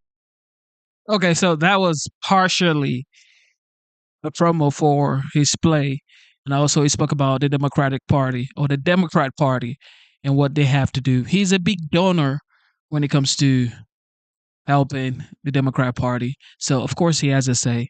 If you're donating to a political party, you definitely have a say. And, history has shown that Judge Clooney is definitely a big stepper when it comes to donating to the Democratic Party. Anyway, with that being said, let's keep going. And get this from? Who knows where he gets it from? It doesn't make sense according to the science. It doesn't make sense according to humanity. And it's time. All right, so of course they have something to say about RFK Jr., Bobby. All right? I think for all of the nation to stand up and say so. Look, Dr. Georges Benjamin came out. He's the executive director of the American Public Health Association, and he said that Secretary Kennedy should be fired or resign. I wholeheartedly agree with that statement. Day after day, we hear another travesty that's happening to public health. We hear about funding cuts of critical programs. We have a whole population that's been dehumanized and disgraced, if you will. And quite frankly, public health is sick of it. And increasingly in our circles, we're talking about pushing back, asserting. Already during the pandemic, we saw an assassination, if you will, of the integrity of public health science. You saw an anti-science culture fomented in the U.S. government. And it's like we've fallen off of a cliff, and where will it end? It is amazing to me, Chair Michael and Abel, that the Trump administration and all of their merit-based whatever, could not find someone with actual qualifications or at the very least deference to the people who have qualifications to be in this role. I mean, to Dr. Purnell's point, this is Christopher Banks, the CEO of Autism Society of America, claiming autism is, quote, preventable is not science-based. Autism is not a chronic disease, nor a childhood disease. It is a lifelong developmental condition. It is not an epidemic, nor should it be compared to the... But we get it. Okay. They're saying there's no whatever, you cannot prevent. But it's like, why is everybody being diagnosed though? Every child is like getting diagnosed. As soon as your kid isn't talking by like 2, 3, oh, they're on the spectrum. Oh, she's on the spectrum. No. Every kid gets to talk different ages. Some people talk early, some people talk late. My daughter started talking really late. And when we had the evaluation, of course, she wasn't talking to the person who was evaluating her because she was what? was 2 going on 3 or something like that. She was literally 2. And my daughter was looking at me because she wasn't going to look at a stranger who was evaluating her. And the next thing, like, well, she's on the spectrum. Bro, she doesn't know you. She's 2 years old. But yeah, I don't know if like they're not actually evaluating these kids the way they're supposed to. And they just literally say, well, this person is autistic or whatever. I don't know. But that was my experience when my daughter had an evaluation. Like, COVID-19 pandemic, and using language like that perpetuates falsehood, stigma, and stereotypes. All he has to do is just say, I'm going to let the people who know about this talk about this. But he did that instead. Look, I'm not a doctor. I would probably do this a little differently. I think science matters. It's important. I think we should probably use this opportunity, especially with the growth in AI, to figure out how we can better address some of the needs of children with autism. I mean, Doc, you would know better than me where this begins. Let's put the focus there and figure out how we prevent this going forward. The technology, I think, is increasing to do that. So that's probably what I would advise the HHS secretary to do. A lot of families have to deal with this. A lot of parents worry when they pass on who's going to take care of their children. This is a very sensitive issue. And so I would just have a very different outlook in addressing What's going to happen now? I mean, he says he's going to find the cause of autism in this year, this calendar year. Well, first, Abby, he's been on the job for 90 days, a little less than 90 days. So I think that we should just give him the benefit of the doubt, don't you? No, You're not no. Can I ask you? Like, I'm gonna sit here. Hold on, one at a time. Hold on. Let me. Hold on. Ain't gonna let him talk. Let him talk. Second, okay? Let me just let him express what he's going to express, and you can rebut to it. Health and Human Services, you're going to be here saying the same thing. It just seems like everything President Trump does, you're going to oppose, no matter what. And it look, seems like everything he does, you're going to support blindly No, and not at all. foolishly. I'm saying- and it leaves what the rest what of I'm us down the what I'm plane. saying This is is let's the give challenge. this man This a is the benefit of challenge. the He doubt. built Look. this cabinet off of loyalty, not off of expertise. He is politically inept, and his first job in government was as president of the United States. And you see how dangerous that is to have a reality TV star elevated to this post and play with our health in the process. Let me just explain to you what's happening right now. The HHS cuts. Right now, they have already cut programs from the CDC that were studying infectious diseases and studying STIs. They are going through looking for any little thing that has anything to do with diversity, equity, inclusion. They are the didn't earn it hires. We have a qualified doctor here, a qualified medical profession who works in the medical profession telling you this is a problem. And yet still you are spitting in our face trying to convince us it is rain. You have to at least, but can you please be sensible and say this is a problem for the American people. It's not a political issue, Abel. This is a matter of You can't say give someone a benefit of the doubt when we already have proof in Texas that 2 children are dead from a measles outbreak that should not have happened, because you have a secretary who has consistently and systematically undermined the science around vaccines. How can we give him a benefit of the doubt when he spent decades being a charlatan when it has come to science and public health issues? Here is a person during his nomination process who espoused medical racism. He said that Black and African American people had different immune systems. Excuse me, sir, there's no room for a benefit of the doubt. As she was just saying, we have gutted programs at both the CDC and the FDA around smoking. Do you know the leading preventable cause of death in the United States? Tobacco. And you gut the very opposite on the benefit. He's not going anywhere. He's Abel, there. On the benefit of the doubt, I want to play a little bit more about what he's been saying recently. These are some of the claims that he's been making. This whole generation of kids is damaged by chronic disease. When my uncle was president, 3% of Americans were obese. Today, it's around 70%. Today, we're the 4th most obese country in the world. People get measles because they don't vaccinate. They get measles because the vaccine wanes. The vaccines wane about 4.8% per year. So almost everything, I'll give him the chronic disease. I mean, I don't even know, maybe that is true or not, but almost everything else that he said was false in that statement. He is speaking on behalf of the health agencies of this country. He's wrong on obesity. He is wrong on obesity. Wrong It's not. Can we agree on It is that? not 70%. Well, guess, let me share. Let me share I with mean, you. here's the thing. Secretary Kennedy is going to be the Secretary of Health and Human Services for the next couple of years. It- How do we work with him to make sure that we're moving in the right direction? We don't enable him. We don't enable him. And how do we? What about just having standards for knowing your facts before you speak? Yes.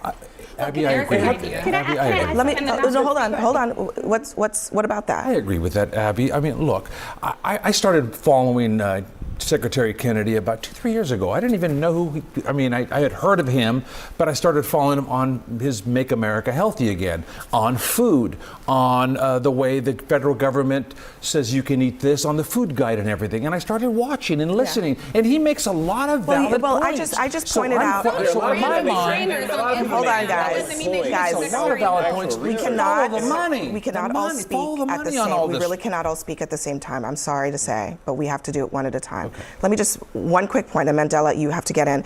I just pointed out that you were nodding your head to a lot of what he said. It's not true, most of it, right?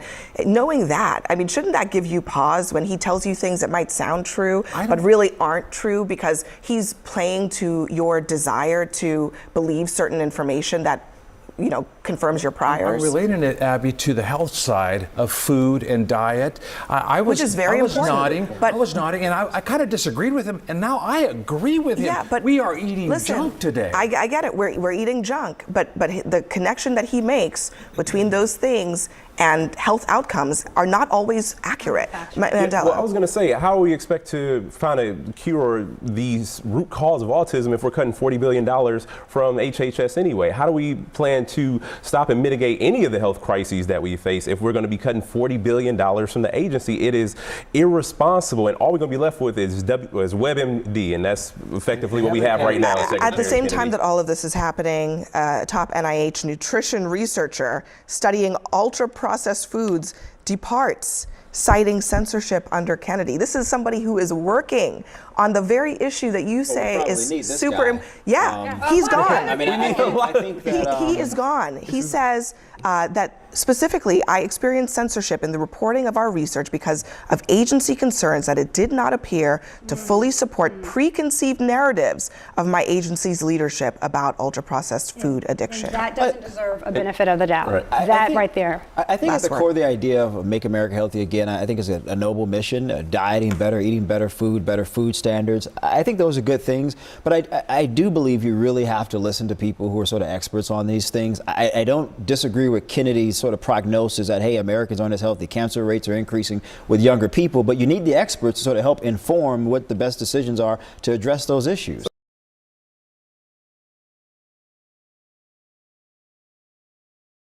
Now they're going after RFK. Okay. Breaking news this hour about Israel, Iran, and the President of the United States, as the New York Times is now reporting Israel had plans to strike Iran's nuclear sites as soon as next month. But President Trump put the kibosh on that in favor of negotiating with Iran, something that we've seen him talk about in recent days, including inside the Oval Office just on Monday. One of the reporters who broke that story, the New York Times' Maggie Haberman, is here with me tonight. What is your reporting show about just how close Israel was to moving ahead with this? Sure. So there's a team of us who reported on this story, and Israel wanted to move ahead with these strikes, but really couldn't do it without U.S. support. And that was widely known within the Trump administration. And President Trump, yes, he has been very bellicose about Iran, but he has also been very clear that he doesn't want Iran to get a nuclear weapon, but he also would like a deal with Iran. It is something that he has talked about for a while, and he, waved Israel off of this essentially in terms of the U.S. supporting these strikes because he wants to try a diplomatic route. And And no matter what you say about Trump, never forget he tries to have a dialogue with every country before escalation. Okay. Take a look at what he's doing with Iran right now. You hear him saying, you know what? No attacks on Iran. For now. He said it with the Prime Minister of Italy in the Oval Office. It was like, we want to try the diplomatic route first. And if that doesn't work, option 2 is definitely going to be bad for Iran. However, what I'm trying to point out here is this is Trump. Trump actually doesn't want war or anything that pertains to some sort of escalation. He wants to talk. He wants to make a deal. Of course, you can have back and forth when it comes to negotiations, like what is going on now between China and the United States, back and forth.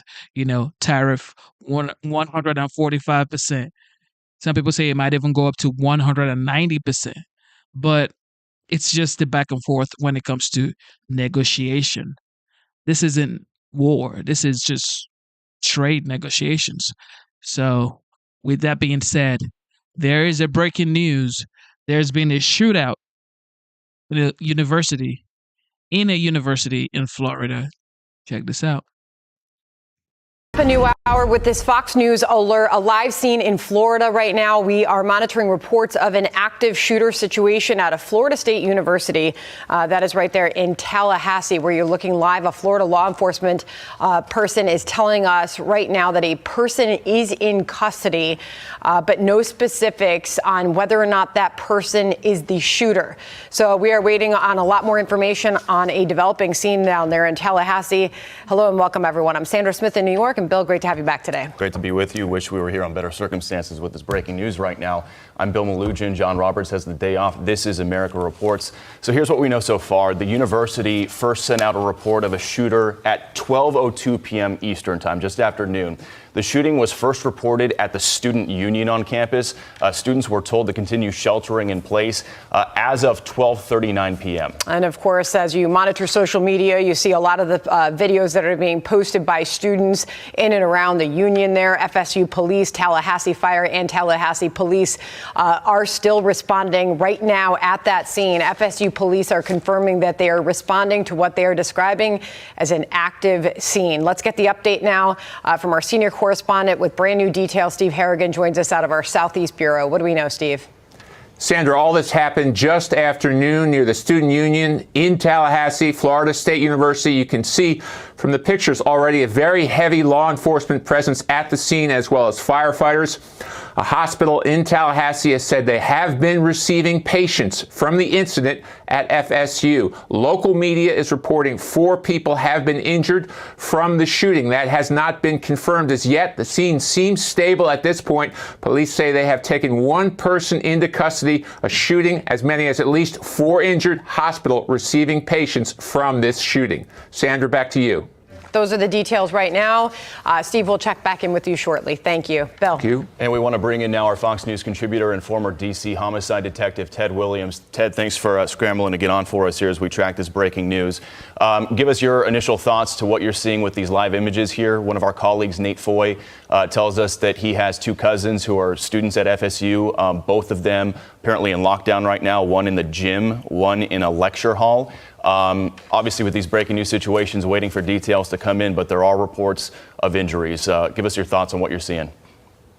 Yeah, I'm getting reports also, especially from one of the local television stations there, that at least 4 individuals have been hospitalized as a result of the shooting here at Florida State University.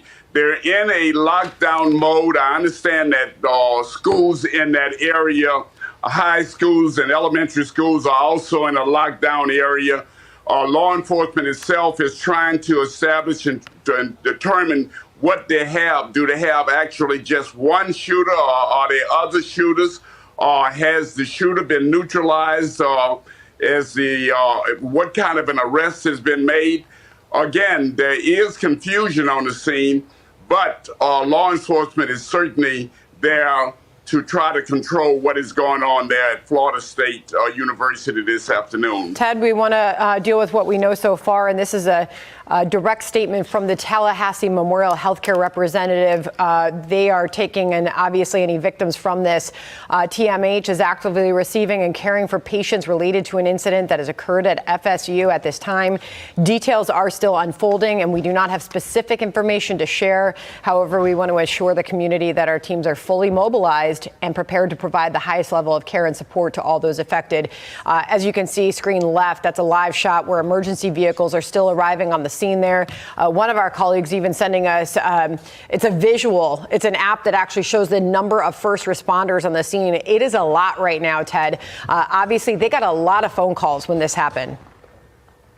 Yeah, absolutely. When an incident, unfortunately, of this nature happened, at the initial stages, there's always a great deal of confusion. There's a lot of phone calls that are going out to law enforcement. But as we see here, we see quite a few law enforcement officers, first responders that are there on the scene. And it seems as though some of the individuals seem to be walking in a more relaxed state. So I would have to believe that law enforcement at this stage have everything under control.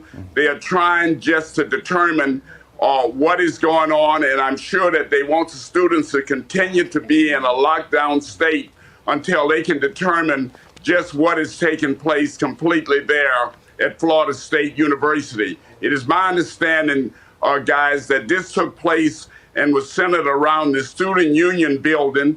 There have been certainly eyewitnesses, from what I've been told, that have been able to assist law enforcement in this shooting at Florida State University. Yeah, Ted, I'm hearing from one Florida law enforcement source. They do have one person in custody right now, though they can't confirm if that person is a shooter or the shooter. So go ahead and stand by for us. Definitely want to loop you back in. But thank you for tuning into the live show. Crazy, crazy things happening. It's just wow.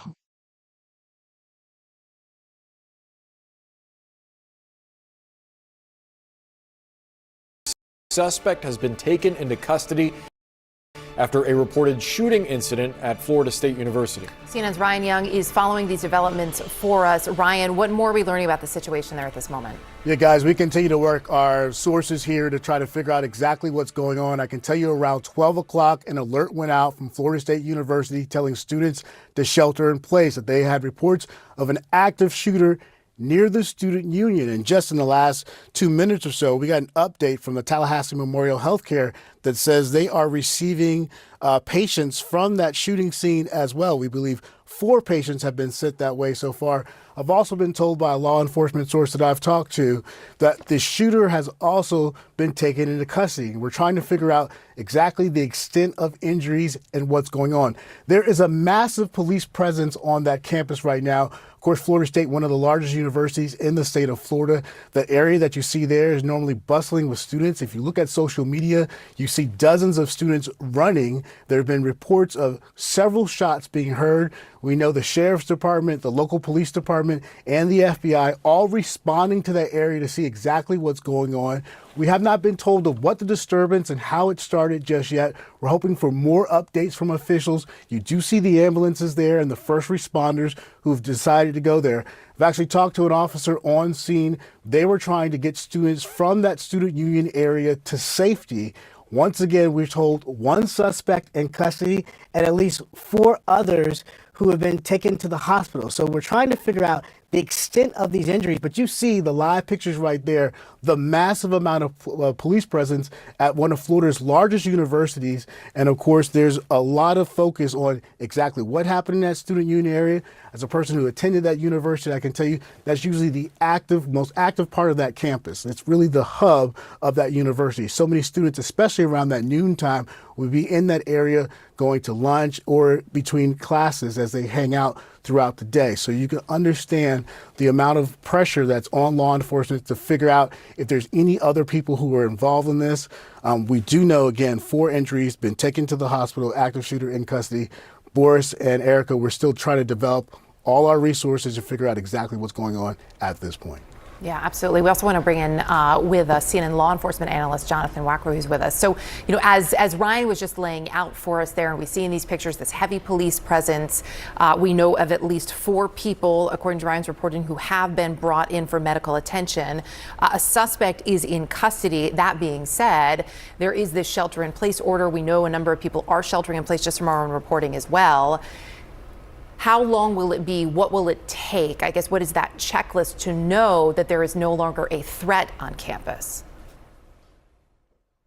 Well, listen, good afternoon. This is a stark reminder that really just underscores the dynamic and unpredictable nature of these horrific events. As Ryan was saying, how active the school university is today, and where the shooting location was around the student union is the nucleus of the school. It draws a lot of attention by students and visitors alike. By example, just look at the school calendar, the event calendar. There are dozens of things scheduled right now that are ongoing at the school that are bringing people there. So it's a very densely populated environment.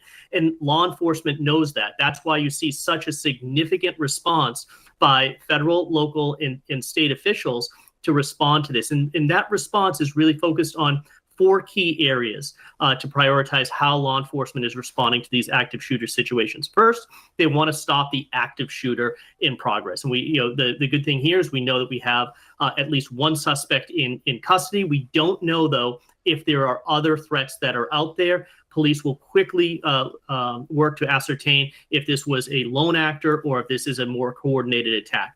The second key thing is rescue victims. We heard that there were victims that were sent to the hospital. We don't know their condition, but it is a priority of law enforcement that after they address the primary threat of the active shooting, that they rescue the victims and provide medical assistance. And the fourth is they need to preserve the crime scene. We don't know how large this is, but if this shooter was moving about buildings and throughout the campus, we may have multiple crime scenes that are in place, and law enforcement needs to secure those for any items of evidentiary value. So there's a lot of things that are going on simultaneously with the law enforcement and medical response right now. But from what I have seen and what has been reported, the response and communications that is coming from law enforcement has been almost textbook, a rapid response. They activated their active shooter protocols. Everyone knew their roles and responsibilities. I'm sure that the incident command structure that is typically established for these type of critical events is in place,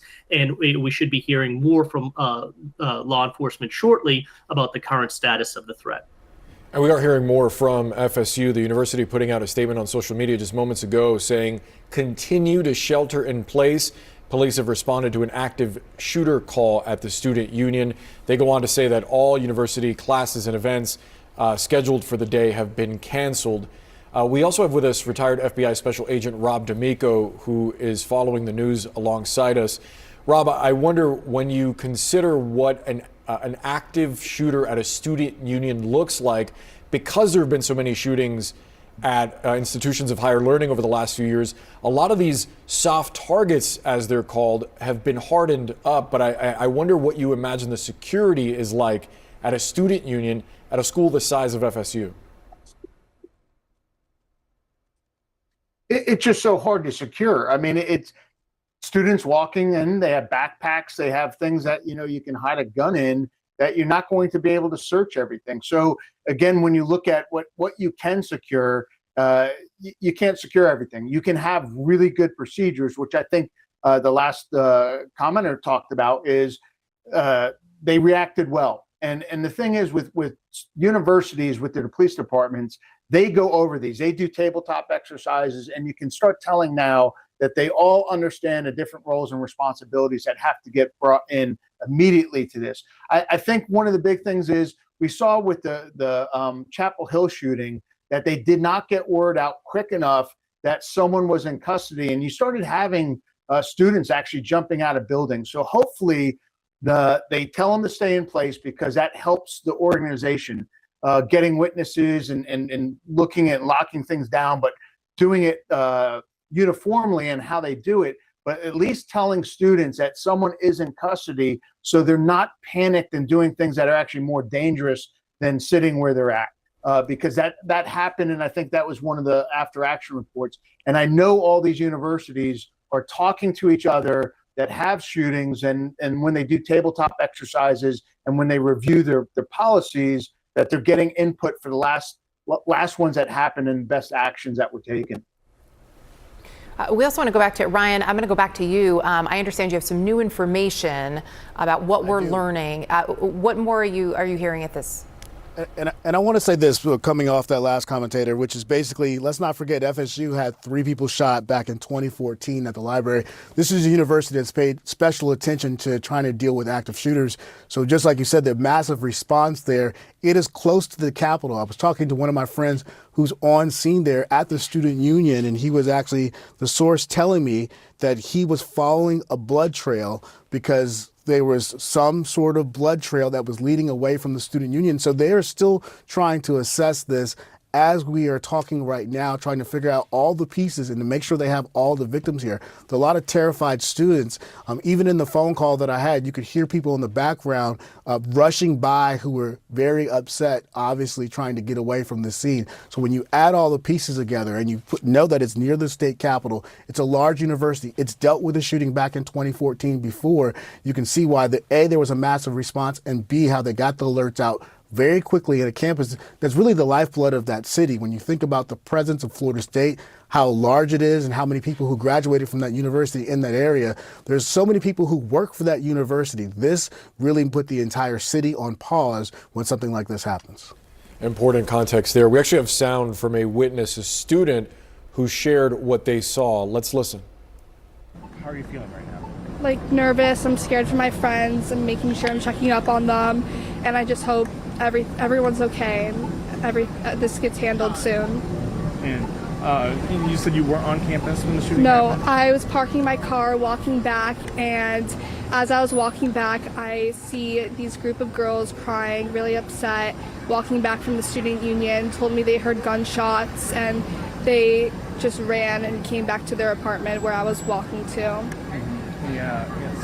So what's going through your mind seeing that your school has had a shooting?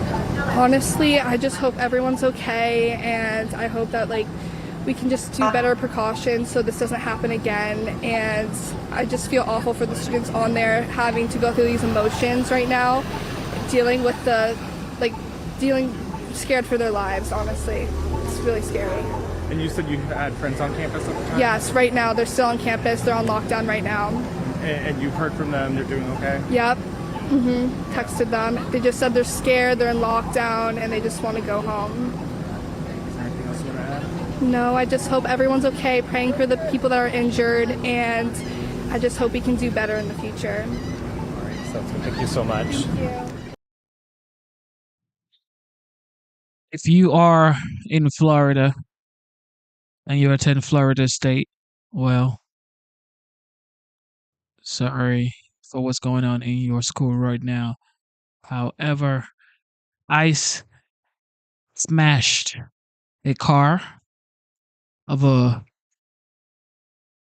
illegal migrant in the United States. Check what happened. ICE is defending its actions over a cell phone video that shows a federal agent smashing the car window of an undocumented Guatemalan man as he waited for his lawyer to arrive. Juan Francisco Mendez was pulled over by ICE officials in Massachusetts Monday. The Associated Press spoke to his wife, who was in the car at the time he was detained. Listen.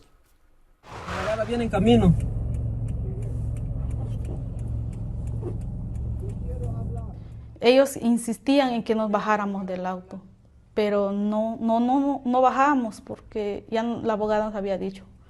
Y nosotros le dije, nosotros no vamos a dar nuestros datos. Nosotros tenemos derecho de permanecer callados, sin que vamos a bajar del carro cuando nuestra abogada esté presente. Y eso le dije a la gente, cuando llegue la abogada vamos a bajar, pero ahora no.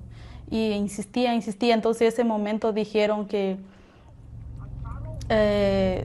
como que trataron la manera, le dijeron en otra palabra, pero yo lo entiendo así, de que se bajan a las buenas o se bajan a las malas.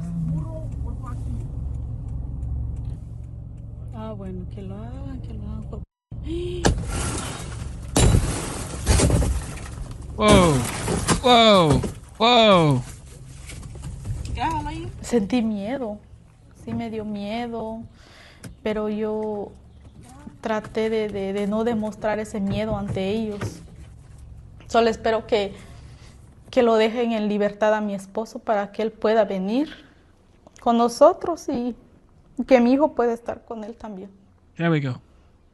Nosotros venimos a trabajar honradamente, luchar por nuestra familia y lo que hicieron o lo que están haciendo en este momento no es justo. No nos merecemos esos tratos que ellos nos están haciendo a nosotros.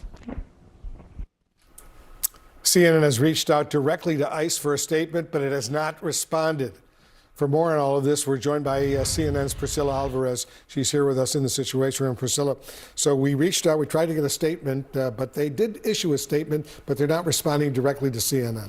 But they did issue a statement, and they said that the actions of the officers in that video that you just watched were, quote, deemed appropriate by the officers on the scene, going on to say that those officers are trained, quote, to use the minimum amount of force necessary to resolve a situation. They also provide a little more background as to the man that they took into custody, Juan Francisco Menendez. He's 29 years old, and they say in the statement, quote, is an illegally present Guatemalan alien who was detained by ICE Boston in New Bedford, Massachusetts, April 14th, going on to say that during the course of the arrest, he refused to comply with officers' instructions and resisted apprehension. Now, his wife talks about this a little bit, and their attorney elaborated to say that when they were pulled over, they did call the attorney. The attorney had recommended to them that they give the business card, her business card, to the officers and told them to remain silent. But as you can see, it escalated there with them smashing the window. Now, the attorney also says, and his wife says, that he has no criminal record, that while he did cross into the U.S. legally, they were trying to adjust his status,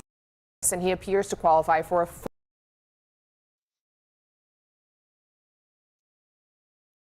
So she just said he did cross illegally. She wanted to just say that really fast. She said, well, while he did cross illegally, he is eligible for changing some status.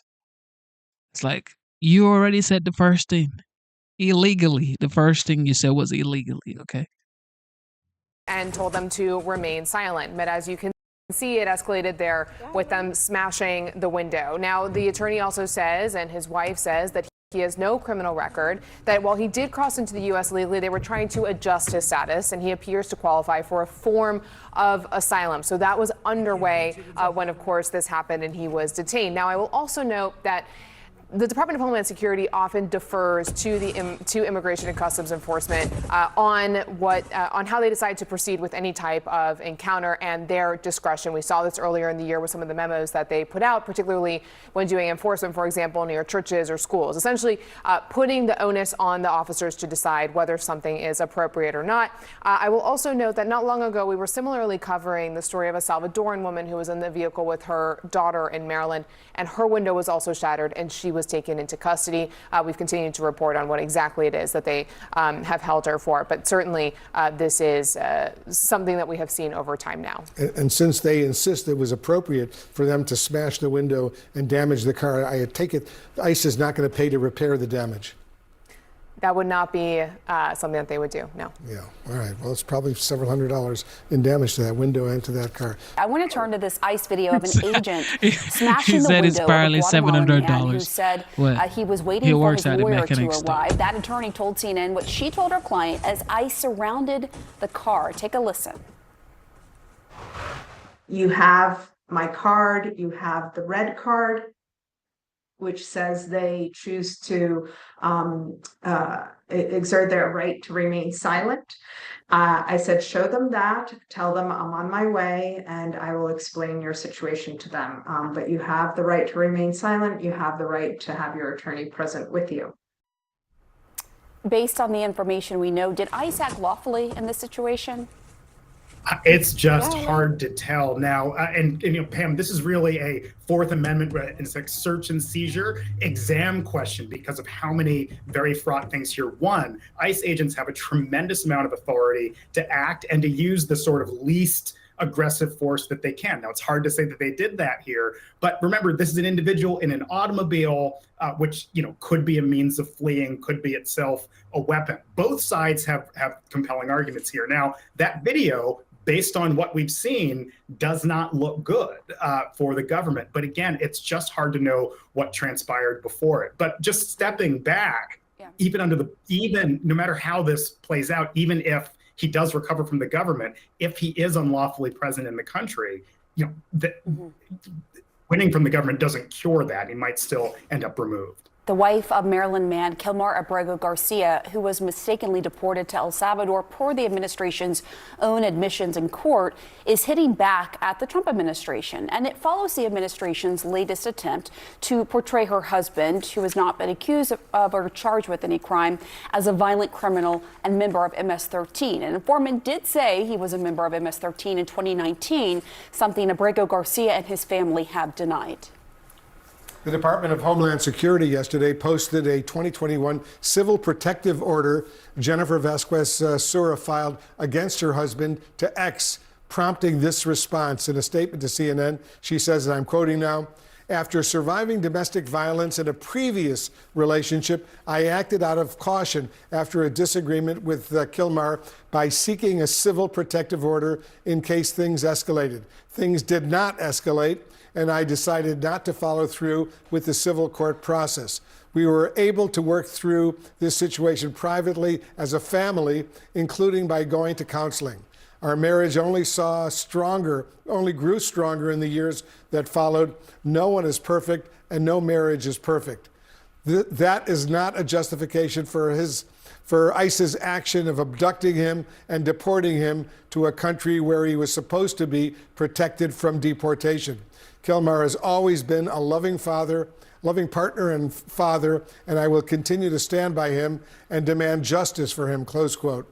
That statement, by the way, coming on the same day Maryland Democratic Senator Chris Van Hollen traveled to El Salvador in a direct appeal to the government there for Abrego Garcia's release. Listen. I'm asking President Bukele, under his authority as president of El Salvador, to do the right thing and allow Mr. Abrego Garcia to walk out of a prison, a man who's charged with no crime, convicted of no crime, and who was illegally abducted from the United States.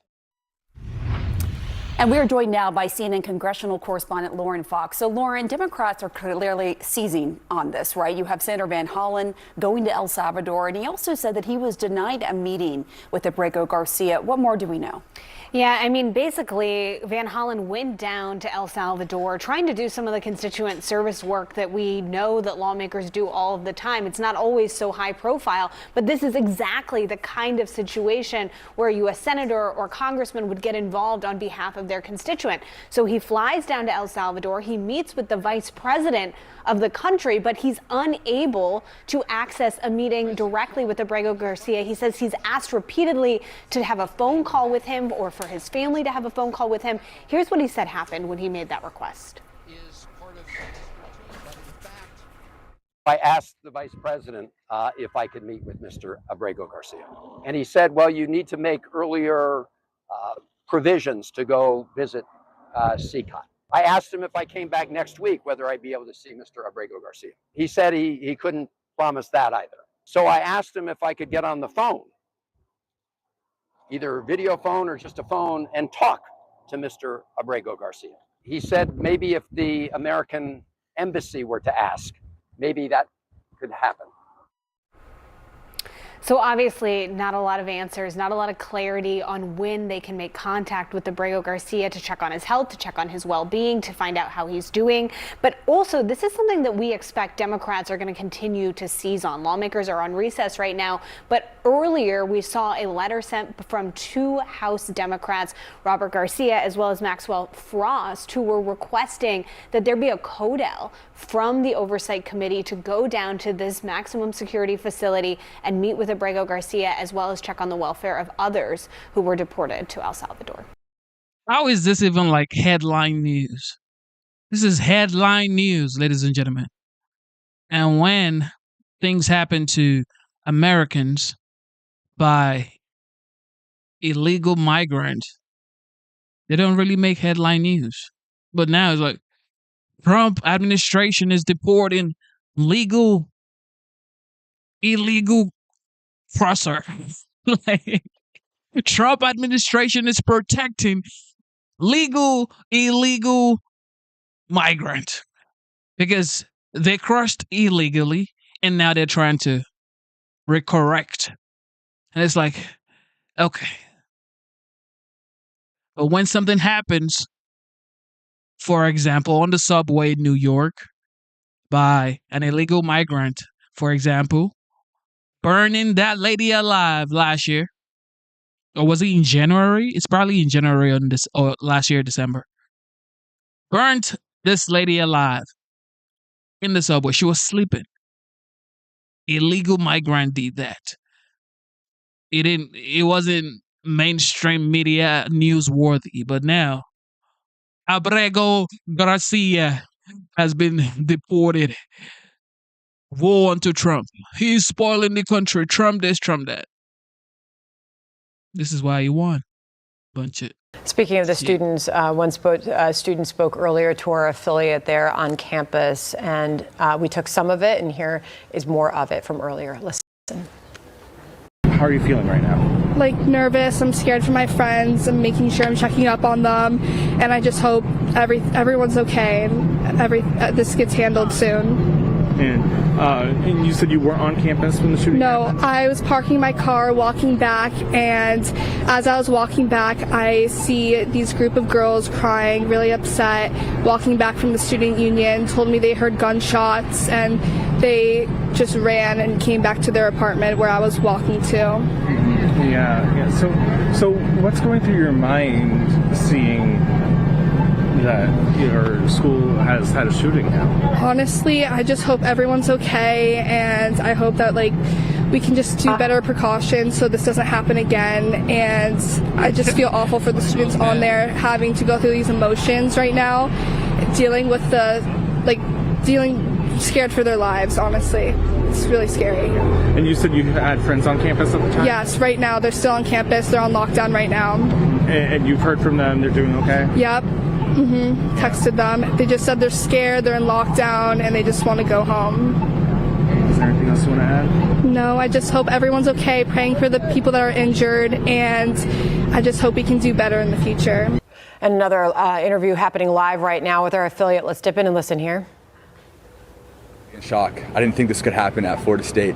I mean, we're a pretty safe campus, but yeah, this is just unheard of to me. I never had been in a school shooting before, active shooter. This is first time for me, and I was honestly in shock. My hands were shaking, just adrenaline kicked in, and I really didn't know what to do. I started tearing up, I was scared, to be honest. Yeah. This guy almost broke the bro code. He almost broke the bro code just a little bit. But I understand, bro. I understand. Okay. I understand. But you almost broke the bro code a little bit, though. But I get it, though. He was scared. Thankful he's alive and well.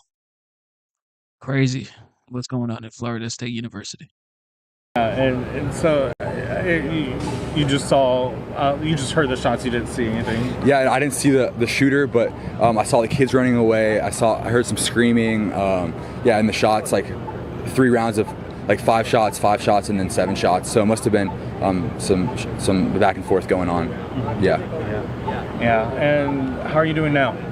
Good. I've recovered a lot. A lot of people have been texting me. People from out of state, University of Michigan friends have been texting me. People from South Florida have been texting me. People from high school have been texting me. Doing a lot better. It's been a great community that has surrounded me since then. I definitely didn't think I'd be traumatized as much as I have. Definitely not being on the scene, but being kind of away from it. But yeah, it's been scary. So I'm doing a lot better now. Yeah. Glad you are. Is there anything that you wish would have happened differently? Yeah, no, I think the police responded very quickly. I think they did a great job. I don't really know what could have happened. Maybe there's more police presence at certain areas for there not to be a shooter. I think that's just the most obvious thing, but yeah. All right, anything else you want to add? Anything maybe missed? No, that's great. Sounds good. Thank you so much. Thank you. What was your name? Yeah, I'm Cody. Cody? Yes. Cooper. Yeah, nice to meet you. So you hear it there. That's a interview wrapping up with a student who you can sympathize with as he's talking about the initial response he had when he heard the gunshots and heard what was happening, that fight or flight response, right? He said his adrenaline was pumping. He was shaking. He started tearing up. A lot of people know what that feels like when you do get that adrenaline pump going on. Hey, everyone. I'm All right. With everything going on in the United States, Nancy Pelosi, yes, you heard me right. Nancy Pelosi is gearing up. She's getting ready, ladies and gentlemen. She's getting ready. She just announced re-election plan. Nancy Pelosi is in her 80s and she's actually running for re-election. I see.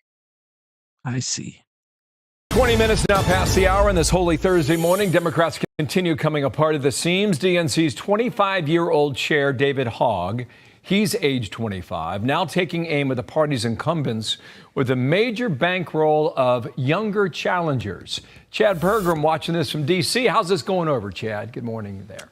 Good morning, Bill. Well, Democratic infighting is so bad that they are undercutting one another. That's why there's concern about David Hogg spending millions to launch primary challenges against Democratic incumbents. Younger candidates like 26-year-old TikTok influencer Kat Abugazele is challenging 80-year-old Democrat Jan Schakowsky. Schakowsky has been in office longer than her challenger has been alive. Unfortunately, this party has become one where you have to look to the exceptions for real leadership, as the majority work from an outdated playbook. We need a makeover, which means we need a vision that's bigger than what we've been told is possible. Democrats are torn about leaning on veterans who serve the party well and changing the guard. Former House Speaker Nancy Pelosi intends to run for re-election next year. Talk about the California Democratic Party. 40 years ago, again, before many of you were born, I was retiring as the chair of the California Democratic Party.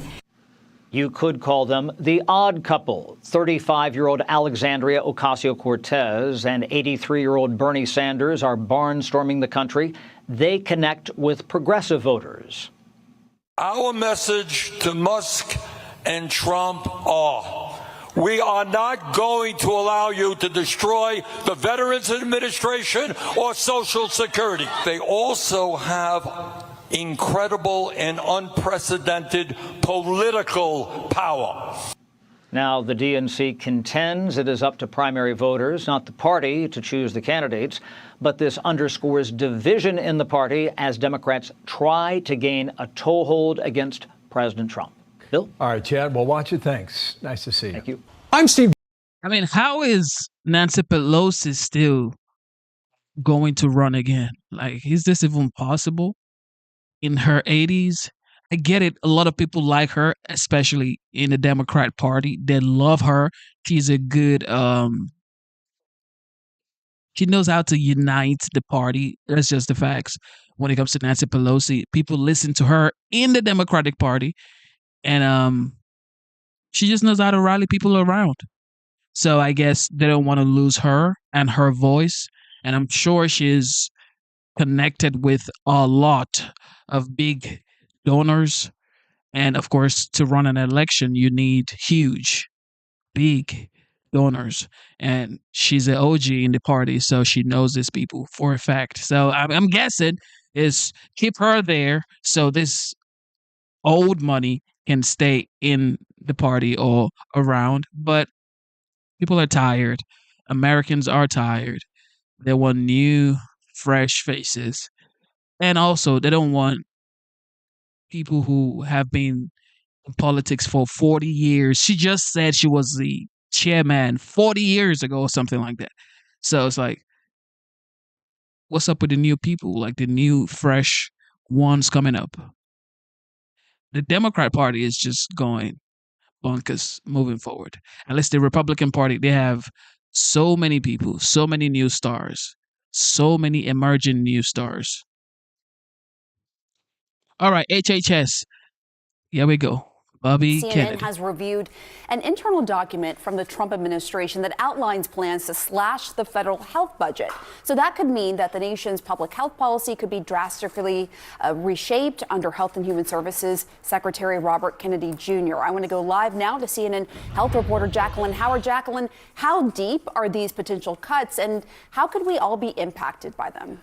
Well, Pamela, as for how deep these cuts are, they do include a more than 40% reduction in the budget for the CDC, more than 40% reduction of the National Institutes of Health's budget. And keep in mind, this document is a preliminary memo. It's dated April 10th. So it's not clear whether this is a final plan, but if it is adopted, it could include those significant cuts, which could impact programs that involve HIV prevention, gun violence, injury prevention, youth violence prevention. We're even seeing that under the NIH, it could reduce the number of institutes from 27 institutes down to 8.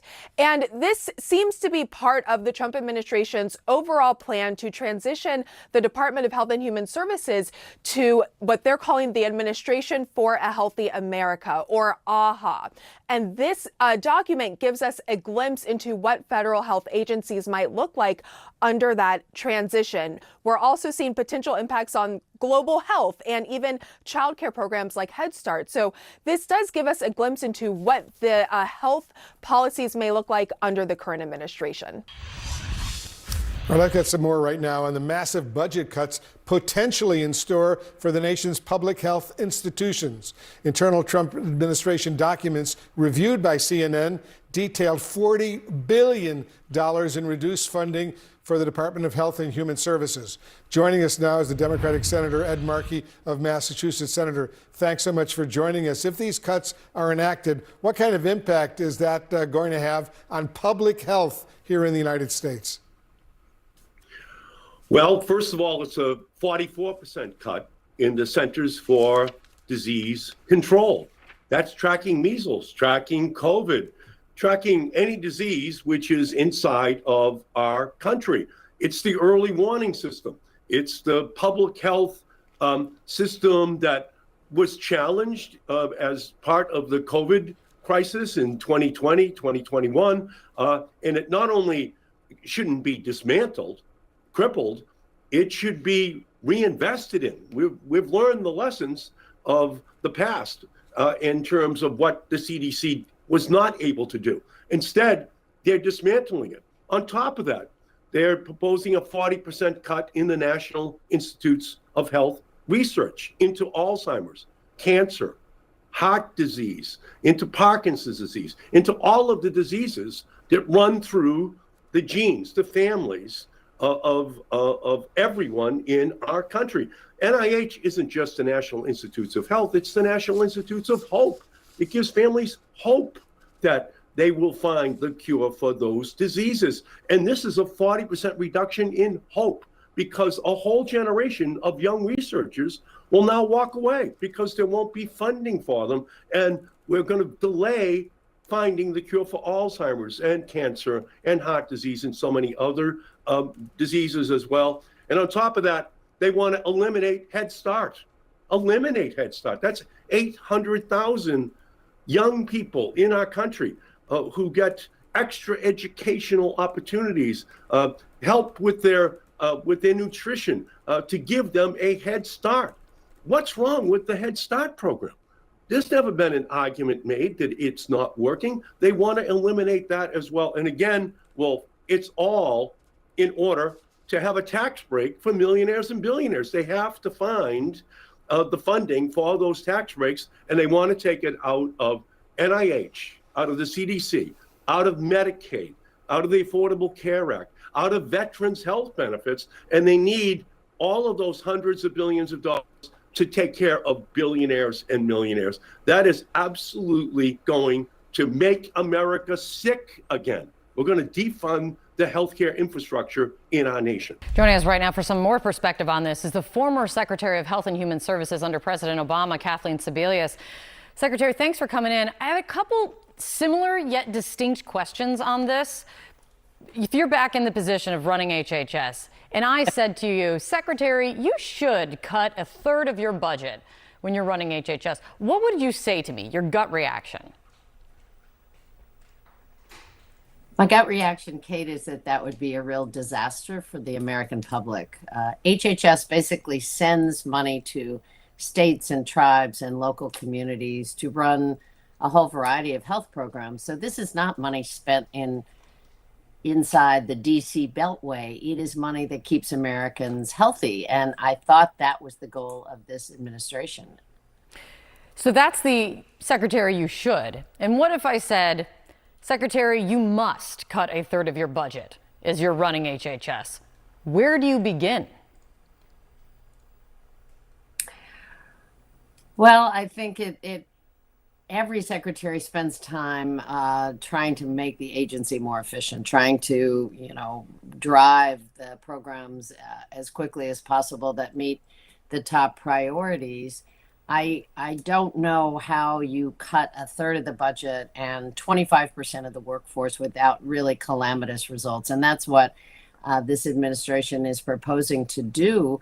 And frankly, Kate, I don't know why. I think the question of why needs to be at the top. Are the programs not working for people? Mental health programs? Are kids not being well educated in Head Start? Are parents not involved? Do you not want any restaurant inspections anymore because Americans can just roll the dice when they go out to dinner and hope that the kitchen is actually clean and safe? So some of these eliminate. Do we not want research to go on in colleges all over this country that keep Americans healthier, that bring breakthrough medicines to market? Those are the kind of cuts that are being proposed. CDC is the backbone of public health. Slashing that budget by 40% will decimate healthcare in every community in America. So I don't know why this is.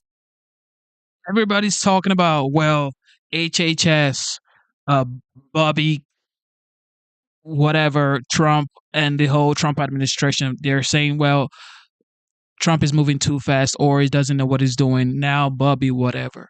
The fact is, unhealthy food and processed food is what we all know. Okay. We all know what's on the shelves. All right. We know it's ultra processed food, 70% of what we eat. The reason that is even a conversation is because conservatives, Republicans truly brought it up. Some Democrats as well, but mostly Republicans, conservatives said, you know what? You can't be having this much ultra processed food on the shelves. And talking about education, school choice, these are bills that Republicans, conservatives actually pushed. So when people say, well, what are you talking about? Everything y'all are complaining about now, and then you also want a solution to it. For example, like the trade deals that we have with the rest of the world. Trump is the only guy that has the guts to stand up and say, you know what, let's fix it. And everybody wants to complain. Liberals, you want to complain. And then you go back and say, well, China makes everything. They're trying to fix it. You wanted to go back to China, don't you? Because you don't want to farm. You don't want to do factory jobs. Right? That's what people say. Well, Americans don't want to put iPhones together. Who told you? You don't want to do it. There are people who want to do it. I have worked in a factory. Okay. So it's like, because the only argument is like, well, are you going to do the job? Are you going to pick the raspberries and the avocados?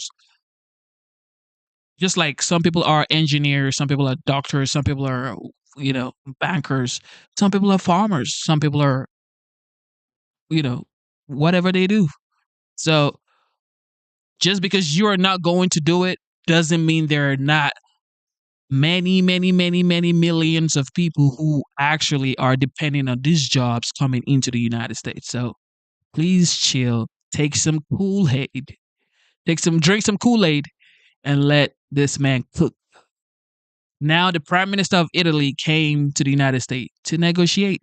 Everybody wants to renegotiate their trade deals with the United States. Why? Because Trump is on their ass, basically.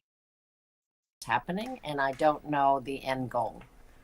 So there's there's that aspect of it, and then there's also what's happening already within the agency. There's an example I want to ask you about because a key NIH official has just resigned. He's a top researcher on food policy, Dr. Kevin Hall. He says in his resignation that his work was being censored. And this is work of the one you think the new HHS secretary would be excited about. He was conducting some of the world's only controlled trials on ultra-processed foods, something RFK is very interested in.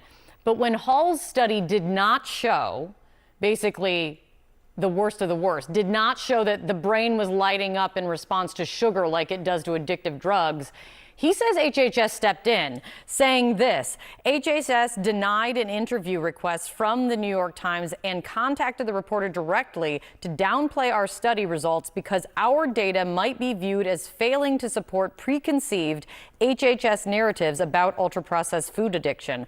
My written responses to the reporter's questions were edited and submitted without my approval.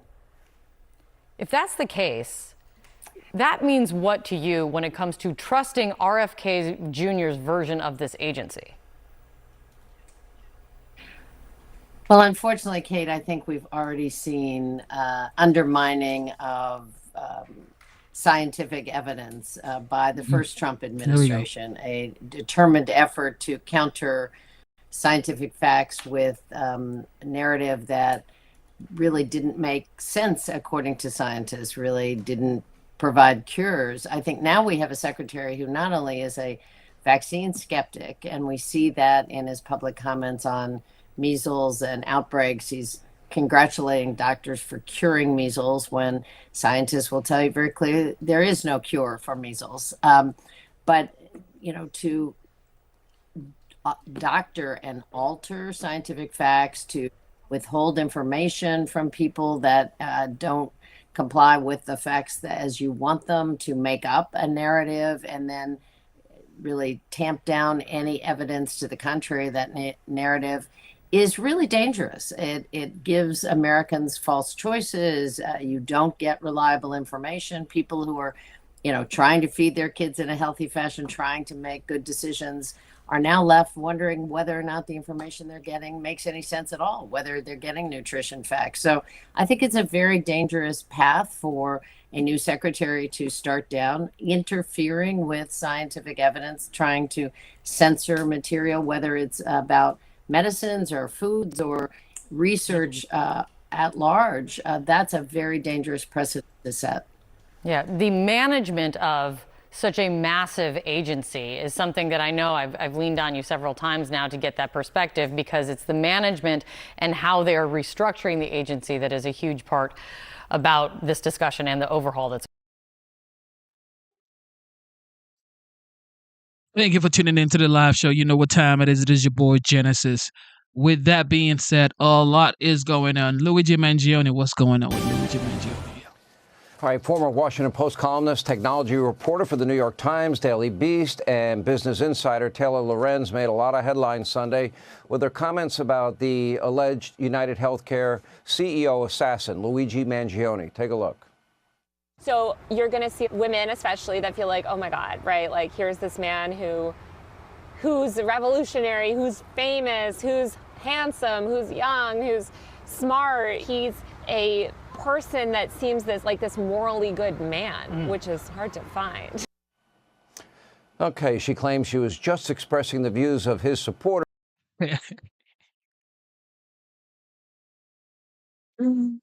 Oh my God. You could never make this up. You could never make this up, yo. Liberals could never make this up. Luigi Mangione shot the CEO of United Healthcare. This man had kids. Listen to what this girl said about Luigi. Columnist, technology reporter for the New York Times, Daily Beast, and Business Insider, Taylor Lorenz made a lot of headlines Sunday with her comments about the alleged United Healthcare CEO assassin, Luigi Mangione. Take a look. So you're going to see women especially that feel like, oh my God, right? Like here's this man who's revolutionary, who's famous, who's handsome, who's young, who's smart. He's a person that seems this morally good man, which is hard to find. What are you saying? She claims she was just expressing the views of his supporters, but remember, just hours after the murder, she responded to a story about Blue Cross Blue Shield no longer covering anesthesia for some full-length surgeries, writing, quote, "And people wonder why we want these executives dead. Want them dead."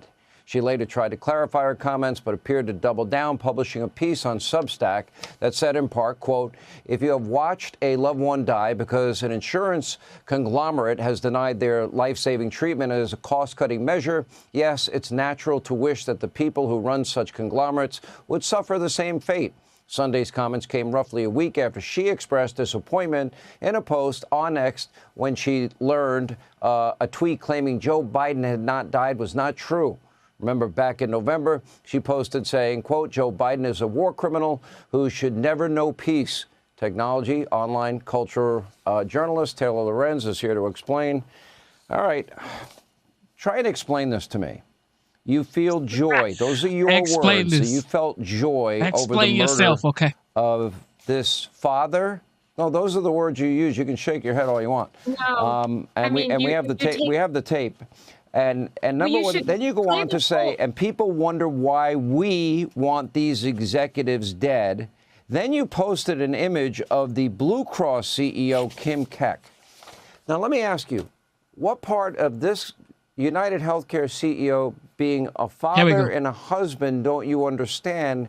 And what part of you having a choice of what healthcare provider you choose to deal with or not do you not understand? Because you don't have to go with United. You don't have to go with Blue Cross. So let me just be extra clear. Never did I say that I felt joy in his death. I said very explicitly, if you play the full segment, and actually people can watch that segment on my YouTube in full, not the edited version that Piers showed. I said that I felt joy, along with millions of other Americans, that the brutality of our healthcare system was finally being acknowledged. I believe that our current healthcare system is murderous, right? I mean, we have uninsured Americans with a 40% higher risk of death compared to insured counterparts. Taylor, Nearly 70,000 Americans die but that's not the topic. Due to lack of health insurance. Taylor, that's not the topic. If you can talk about health care, I don't like the healthcare system either, and a lot of people have experienced frustration like you're saying. That, to me, is separate and apart from the debate of praising, calling handsome, smart, intelligence, being joyful over the death and assassination of innocent people. And that's what your comments did. Your comments basically put your seal of approval on murder and assassination. And I'm trying to understand whether you like this guy, like the way he does business or not, you're advocating and putting a smiley face on assassination. And I'm trying to understand what is in your soul that doesn't understand he's a father and a husband here. What are you missing? There seems to be a missing chip with you. Yeah. Sean, if you'd like to hear, I will need to talk in order to explain. I don't want the rationalization. I want you to think about what you said.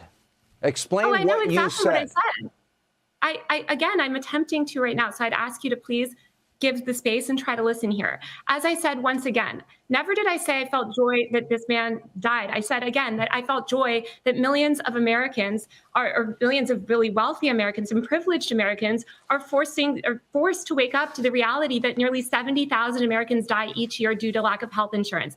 I do feel joyful that that is an issue to the being talked healthcare about. debate. Why would any human being with a conscience and soul be joyful over an assassination of any person? Why would anybody be joyful over that? Well, actually, that's a good question. Why don't I explain? It's a great question. The other clip, So the other clip that you played is not me saying my own beliefs. I have quite different beliefs from that. What I'm describing, and if you watch the full segment, not just the clip, you'll see that I'm describing the mentality of these fangirls that show up outside Luigi's court and show up outside his jail cell. Those girls are not me, okay? We have very separate belief systems, but I was describing how they believe. And now let me explain to you why people in America feel this way. People in America feel this way, and they feel outraged because, again, every penny of the $22 billion in profit made by United Health was made at the expense and suffering of others.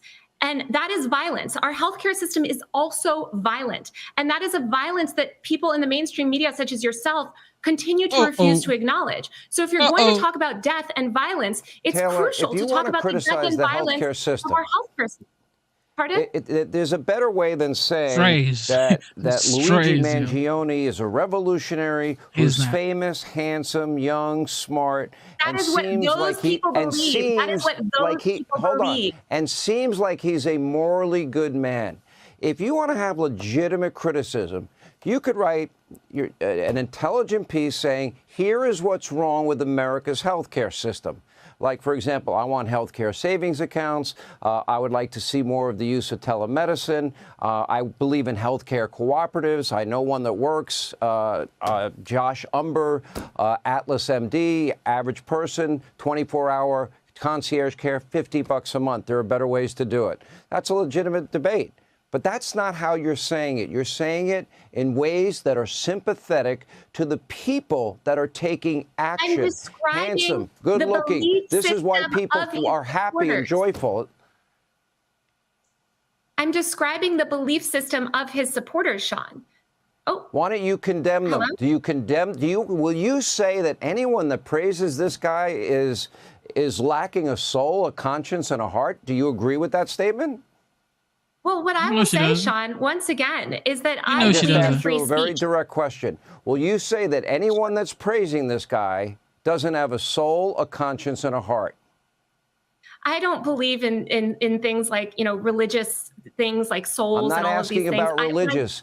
If you can't have You're asking me sympathy to judge for a whether dead someone has a father and soul. husband, do you lack a conscience, a soul, and a heart? That's a simple question. You're a smart woman. Well, let me respond to you, Sean. I believe that every one of the 70,000 Americans that die each year because of lack of health insurance also You're back has to a heart. healthcare Those and are not human answering my beings. question. I've done this 29 years, Taylor. Answer the question. If you think it's He's okay done this and you 29 years. celebrate assassination, are you lacking a conscience, a soul, and a heart? I mean, who knows, Hannity? I think once again you're conflating me explaining I'm not the ideology conflating of the women that You show are trying to outside. rationalize them. If you support assassination, Yes, I think it's answer, important. Taylor, answer the question. If you support Again, assassination of innocent people, are you lacking a conscience, a soul, and a heart? Simple question. Go. I believe that the assassination of innocent people, if we want to talk about the assassination of innocent people, I believe that the tens of thousands of Americans that die each year because of the lack of health insurance, that is, to me, a violence in itself. That is assassination. These health I'm willing insurance. to have that discussion with you, but we can't have that discussion until you can't say have the discussion when you're not willing to for hear, example, Sean, what my beliefs are, and you continue condemn to people that have been committing acts of.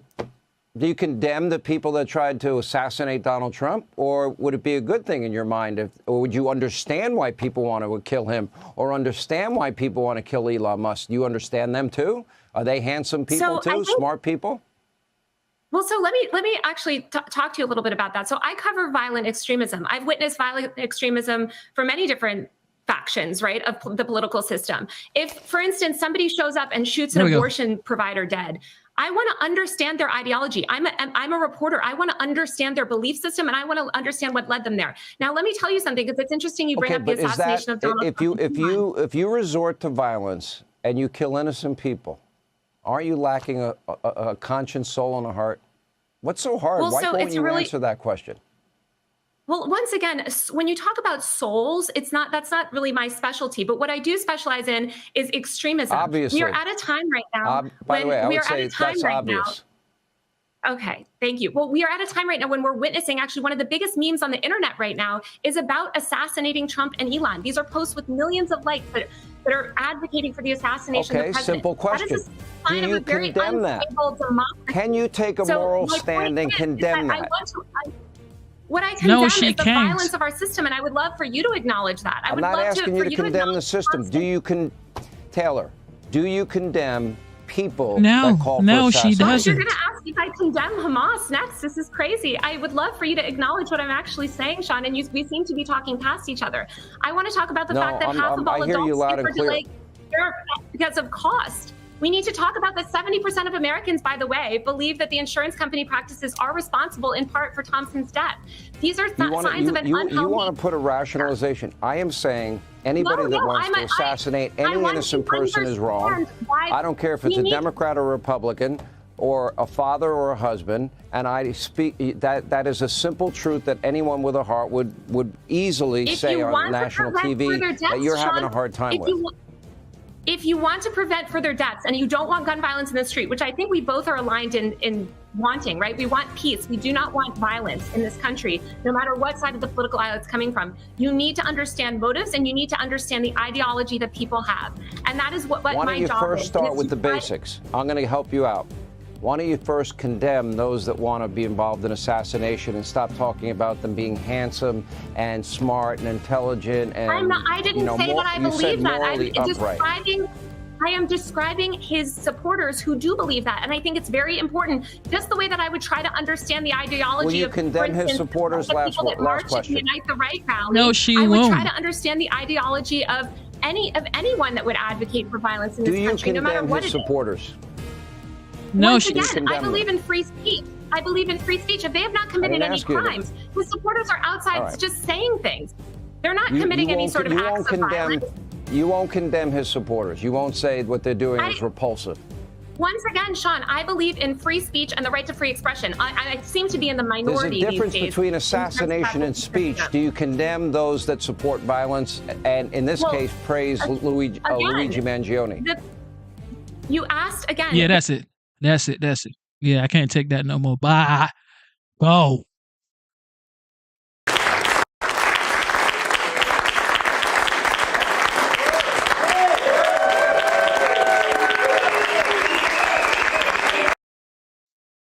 So this is the OG participating in an Easter prayer service.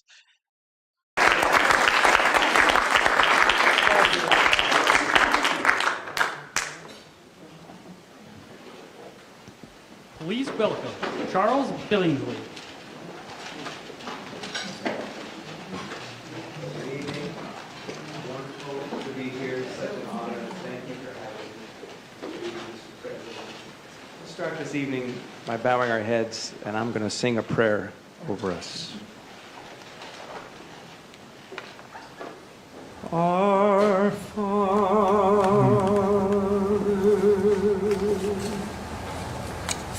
which art in heaven, hallowed. And thank you, Mr. President, for inviting us here. And I think I can speak on.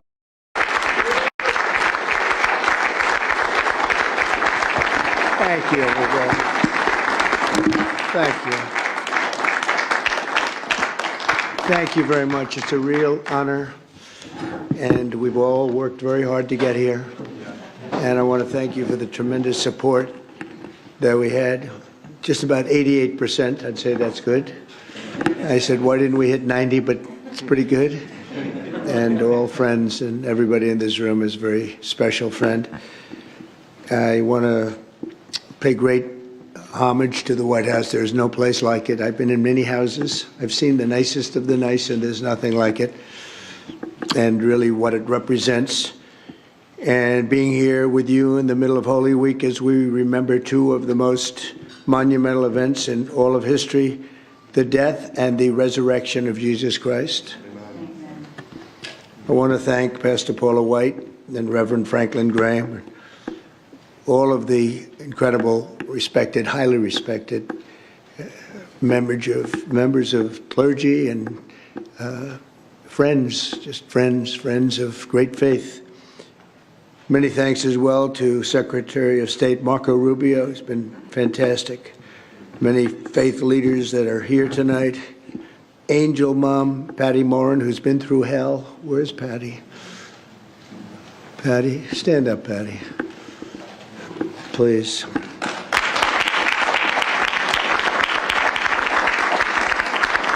Yes, her incredible daughter. And her daughter's looking down on Patty today. This was some day for you. And we appreciate it, Patty, and we're all with you 100%. And you are indeed an angel mom. Thank you very much. And a very special thanks to Charles Billingsley for the magnificent performance. Thank you, Charles. That was very good.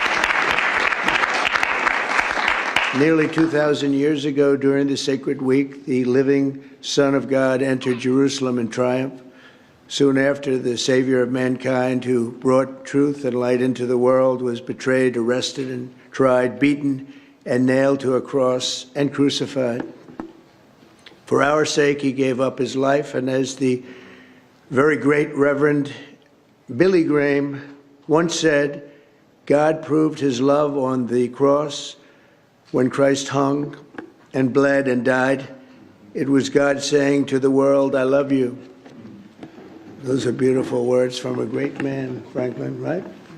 A great man, Franklin's incredible father. I went to Yankee Stadium with my father many years ago to watch your father. And you think we have big crowds today? It was some crowd. Never forget it.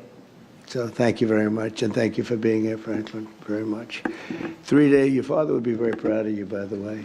Incredible job you did. 3 days later, Christ's followers found the empty tomb. Jesus had defeated darkness and death and promised new life to all of humankind. And that's what we celebrate each year at Easter as we joyfully proclaim on Sunday, He is risen. The death and resurrection of Jesus are the essence of the Christian faith. Whether rich or poor, healthy or sick, young or old, or in times of peace or war, Christians everywhere find solace and hope in the knowledge that Christ died for them and that they could be united with Him in heaven. And that's what we want. That's what we all want.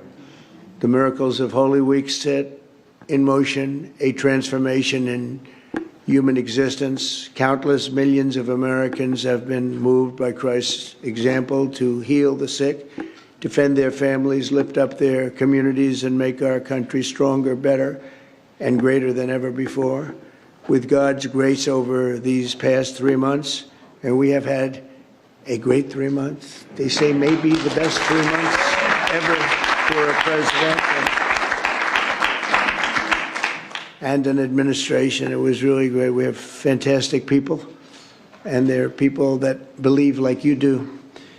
But we've achieved more than most administrations, they've been saying, do in 4 years or even 8 years, just in a short period of time.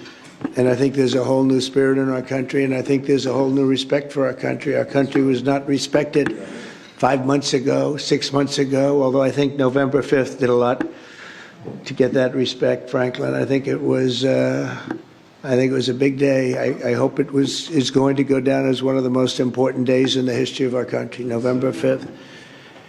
We're restoring our prosperity, securing our borders. We're rebuilding the U.S. military. I did it once, now I'm going to do it again, and even more so. We're standing up for a persecuted Christian and so many Christians that have been persecuted all over the world. So horrible what's happened. And defending religious liberty. We had nobody fighting for our Christians in other parts of the world that were being so incredibly destroyed, killed, injured, hurt, but they died. So many died. You wouldn't think that could happen in this time, in this sort of modern time. I proudly created the White House Faith Office and a brand new DOJ task force to eradicate anti-Christian bias. And there is anti-Christian. You don't hear about that very much, but there is anti-Christian bias. We're stopping the radical indoctrination in our schools and supporting school choice. And we're going to be moving our education department and various educational departments down to the states where they belong. We spend more money per pupil than any country in the world, and we don't get the answer. We are in the lower tier of 40 nations, the 40 nations that they rate. And I think when we do this, it's going to make a tremendous difference. Think of it, we spend more per pupil than any country in the world, and yet it's Denmark and Norway, Sweden, even China does very well in the top 10. And so we can't blame it on size. We're big, but China is really big. And we're going to be there. We're going to be there soon when the states run their education department instead of some bureaucrat in Washington. It's going to make a very big, I think it's going to make a very big difference. And I also, and this was a very easy one for me, I guess some people still fight it because I saw on television today a Democrat congressman fighting so hard. I banned men from women's sports. Seems easy.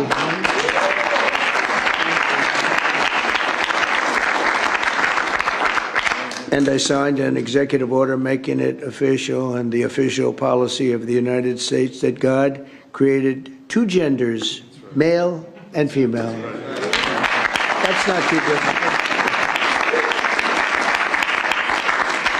So there's so much to celebrate this Easter. This is really, I hope, going to be one of the great Easters ever, because we have something going that I don't think this country has seen in 100 years. And as we gather with family and friends, we'll not forget the true source of our joy and our strength. America has put our trust in God. It will always be in God we trust. We will never change that. You know, there's a movement to change it. It will not happen. We won't let that happen. Can you imagine a movement to change that? Robert, you're not happy about that when you hear that. Look at him. He's getting angrier and angrier. We can get angry too, can't we, huh? No, it's never going to change. And with God's help, we can overcome every challenge, triumph over every evil, and restore the spirit of faith in the United States for generations to come. We have a very simple slogan, make America great again, and that's exactly what we're doing. We're making America great again, and I like to add that I really believe greater than ever before. So once again, let me wish you all a very joyful and blessed Easter, and I would now like to ask Pastor Jensen Franklin, a supporter right from day one, he's been here, I think, Paula, from the first moment that we started, and who would have known that it was going to turn out this way, but the support I've had from evangelicals, Christians, and everybody, people of faith, really, has been incredible. I believe it's been unprecedented, actually, by a lot, not just by a little bit. So, Pastor Franklin, if you would, please come up. Thank you very much. Thank you for your support. Thank you, Mr. President. I was sitting there and I saw the card they gave me where I was sitting at table 1 from Eastern North Carolina originally. And God called me to preach out in a cornfield. And to be here being honored to represent ministers across the nation who don't get an opportunity like this, we want to say thank you. This is so, you don't have to do this. You're too busy to do this. But we want to say thank you. We see all that you do, all your family goes through. And we're so thankful God assigned an angel to stand between you and that bullet. To God be the glory. And Jesus walked into a room like this with religious leaders named Peter, James, John, Matthew, Mark, Luke. And some might have been on the back table and some might have been watching in a ministry somewhere that nobody's never heard of, and you pastor 50 people and you do it with all of your heart for the glory of God. And Jesus walked into a meeting like this and he took a pot of water and he went from table to table, washing the feet, giving dignity and honor to everyone, and also washing and cleansing. And that's what this is all about this week. And to have a president and his first lady make a statement like you made on social media about this week, you just don't understand how God is using you. There's a movement going on in our churches, Mr. President, and I think this group here can testify. We've never had attendance like we're having. We're running over. Our buildings are packed. God is moving in this nation mightily, and we're thankful for that. And if you're watching right now and you're broken and you're hurting and you're lonely, or maybe you're in a hospital room, or you're wondering, is there any more to life than this?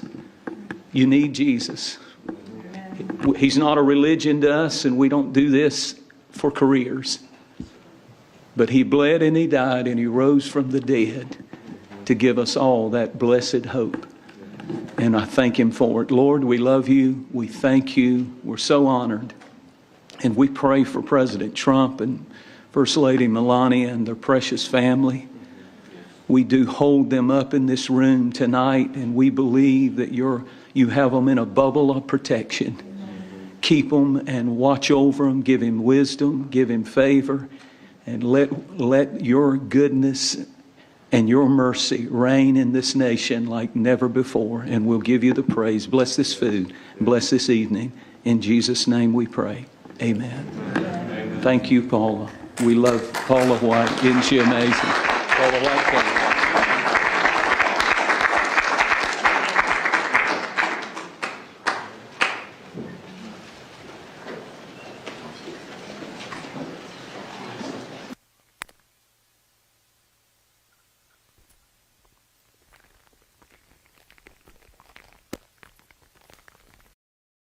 All right. Thank you for being here. Thank you for double tapping your screen, subscribing to the channel. A lot is going on. Jeffrey says Courtney stand for the order against Trump. Okay, here we go. Hakeem Jeffers just said the court needs to enforce the order on Trump. Now I want to turn to our guest, the House Minority Leader, Democratic Congressman Hakeem Jeffries of New York. Thank you so much for being here, sir. I do want to start on the meeting that the president is having today shortly. In fact, they're beginning to talk to each other as we speak, and that is about tariffs. My question for you is whether or not you see any situation where tariffs are a useful tool. President Biden, of course, kept many of President Trump's first-term tariffs in effect.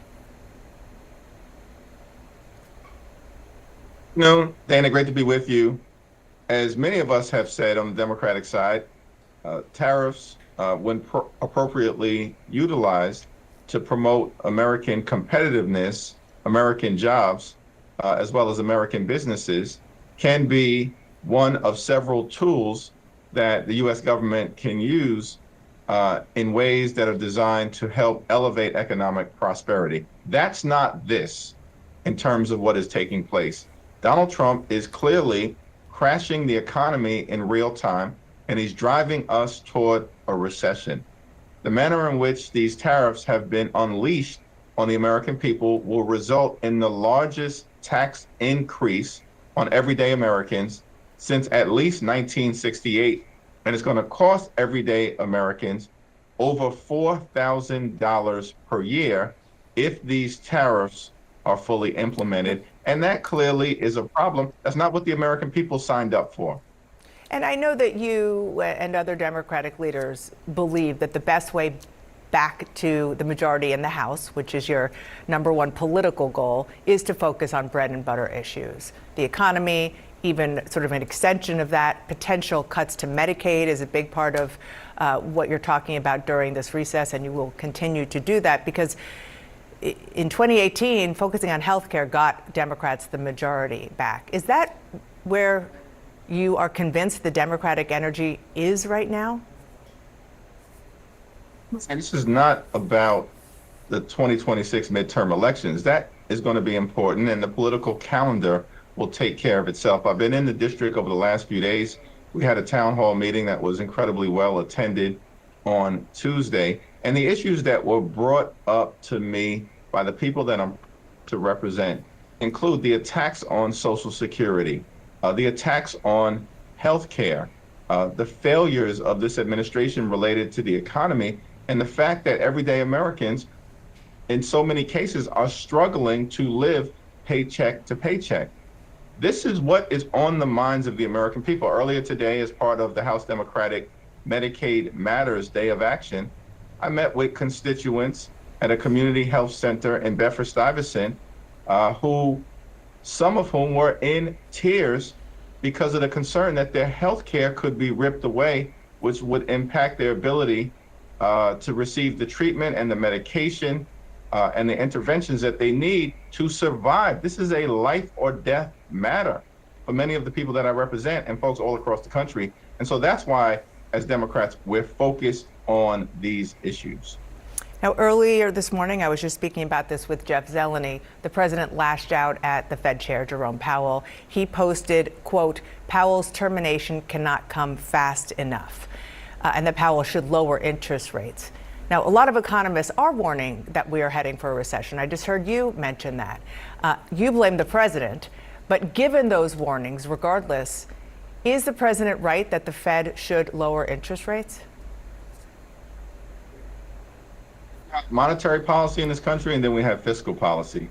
And the Federal Reserve has been set up to manage monetary policy in a manner that meets the needs of the American people and meets the moment. And Chairman Powell, who is a Republican, is someone who should be left to do independently what the Federal Reserve has been set up to do. The problem that we confront in this country is that Donald Trump, this is someone who promised to lower costs on day one. Not my words, his words. That he was going to deal with the high cost of living in the United States of America. And yet, we haven't seen from these Republicans a single bill, a single executive action, or a single administrative order designed to actually lower costs. And in fact, we know that costs aren't going down, they're going up. Inflationary pressure is going up, consumer confidence is going down, the retirement savings is going down, and the economy is going down as well because of the reckless fiscal policies of Donald Trump and House Republicans. So, I totally hear what you're saying about the Fed being independent, but it has not stopped politicians, not just Donald Trump, but politicians on both sides of the aisle from having an opinion on where interest rates should be. You want to weigh in on that? We all want to lower interest rates in terms of the impact that that has on everyday Americans. But that ultimately, of course, is going to be a decision that the Federal Reserve will need to make. It certainly is something that should always be a consideration. But we have a broader issue that we need to confront in America, which is the high cost of living.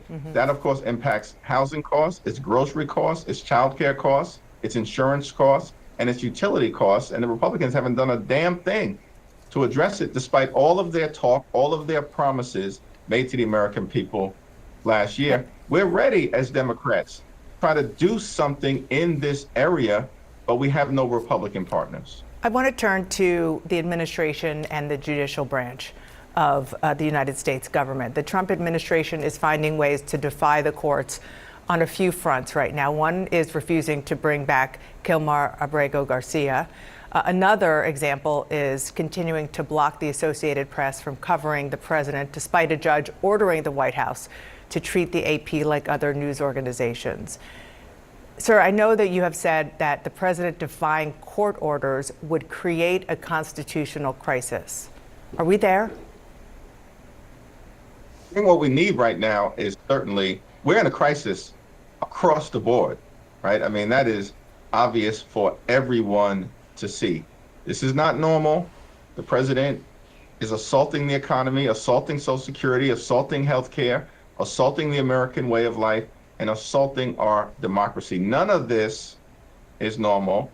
It is all a crisis.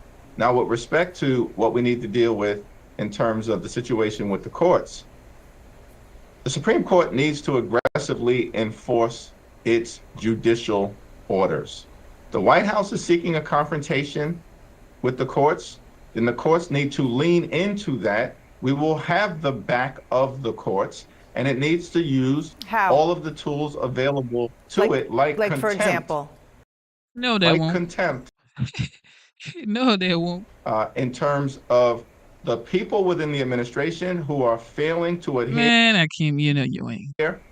to these judicial orders, or who are actively continuing to propagate unlawful or unconstitutional actions at Donald Trump's direction. Well, we did see one example of the threat of contempt yesterday. A federal judge did that with regard to those flights that left after he signed an order saying that they shouldn't go.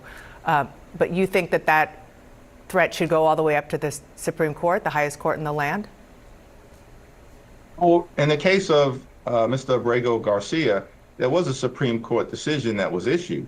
And so when you have a Supreme Court decision that was issued instructing the administration to facilitate Mr. Abrego Garcia's return, and it seems to me that ultimately the court is going to need to aggressively enforce its decision. When you've got lower courts who have issued orders, then of course the jurisdiction will fall with them.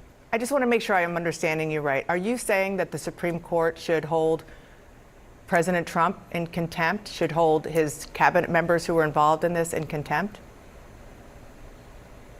The Supreme Court needs to take a close look at enforcing its orders, and that is generally going to involve not the president, of course, at this moment in time, but is going to involve cabinet secretaries and other administration officials who are responsible for the actual execution of these orders or the non-compliance. How is that not a Of constitutional course, the courts crisis? are going to have to be. I said that we are in a crisis across the board.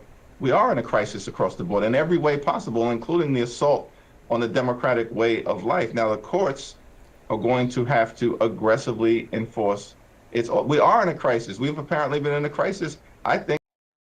So now we are in a crisis. When we had a president who was falling off stairs, a president who was, walking into the Amazon rainforest, we didn't have a problem then.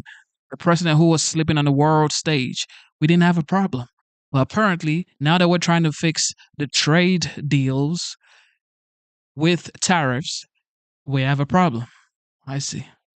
Now that we're trying to figure out the fraud in government, wasteful spending, now we have a problem. I see.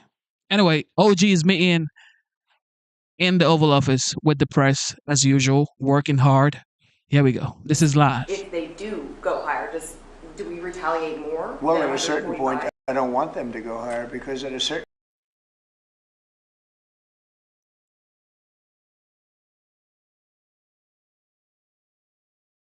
Fish is for the sashimi quality fish, so it's all fresh. It's an ice fishery, and it's been around since what started in the early 1900s. And well, it's been around for millions of years. Right, exactly.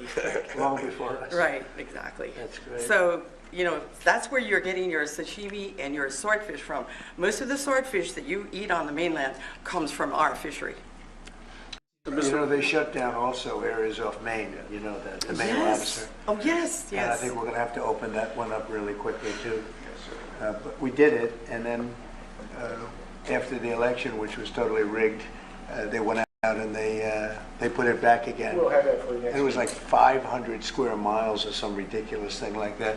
And Canada fish is there, but we're not allowed to. Can you imagine? They restricted it, but Canada fish is there. Please. Mr. President, this is such a great honor.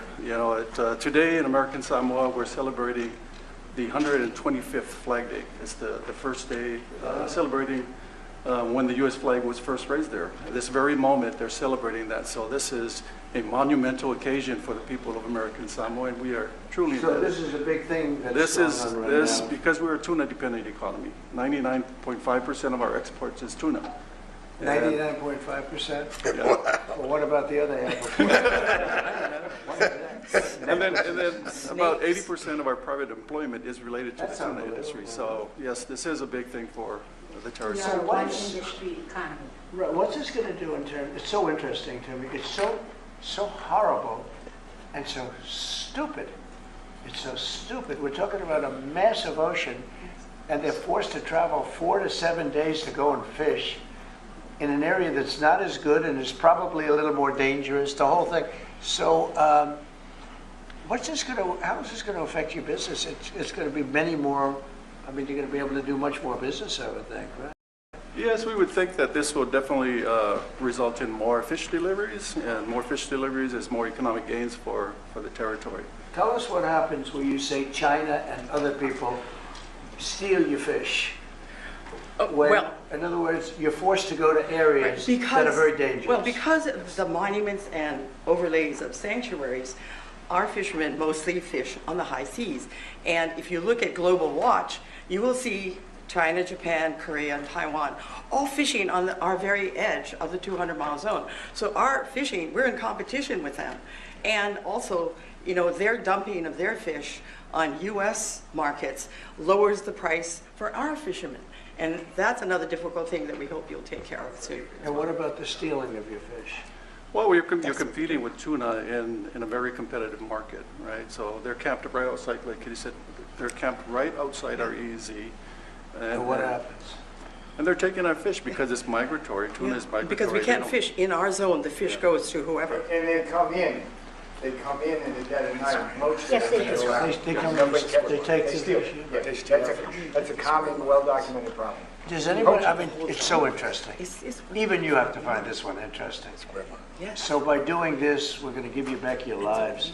And you've been doing this for thousands of years in this area. And Absolutely. then along comes Biden and Obama, and they say you can't do it anymore, right? This is fish baby fish. Yeah. Fish baby. So That's right. what's the level of and this is a risky question, but what's the level of popularity of Trump and Samoa versus the Democrats? 77%. For Trump? All shows for Trump. Yes, Wow. that's right. 77%. Well, we go up to 90 tomorrow. Yes, go up to 100. Maybe 100. Well, it's an honor. I'm not doing it for that. I'm doing it because it's just an honor. Here's one of the boats that they have. Look how beautiful that is down. They use it for a beautiful cruise to take 7 days before they can do the first fish. Can you believe it? So now you'll be able to do it like almost immediately, right? We'll get much closer, absolutely. So if the fish is there, we can make more trips and deploy more people. Do you know through sonar, radar, everything, do you know where the fish are? I mean, can you see that? You get educated guesses, so you get all kinds of different reports, plankton and all kinds of stuff, and they can. It's a beautiful life. You wouldn't choose any other life, right? It's a very unique life. I love what I do. I really do. I mean, if you could have a life like some beautiful leisurely life in Washington, D.C., where you get mugged when you go to work, but other than that, you love politics. If you could live in the White House, you'd take exactly what Might take it under consideration. All right, let's do this, right? That's an honor. You've seen that signature, and I don't use AutoPen. You know, like Biden. Biden uses AutoPen. I think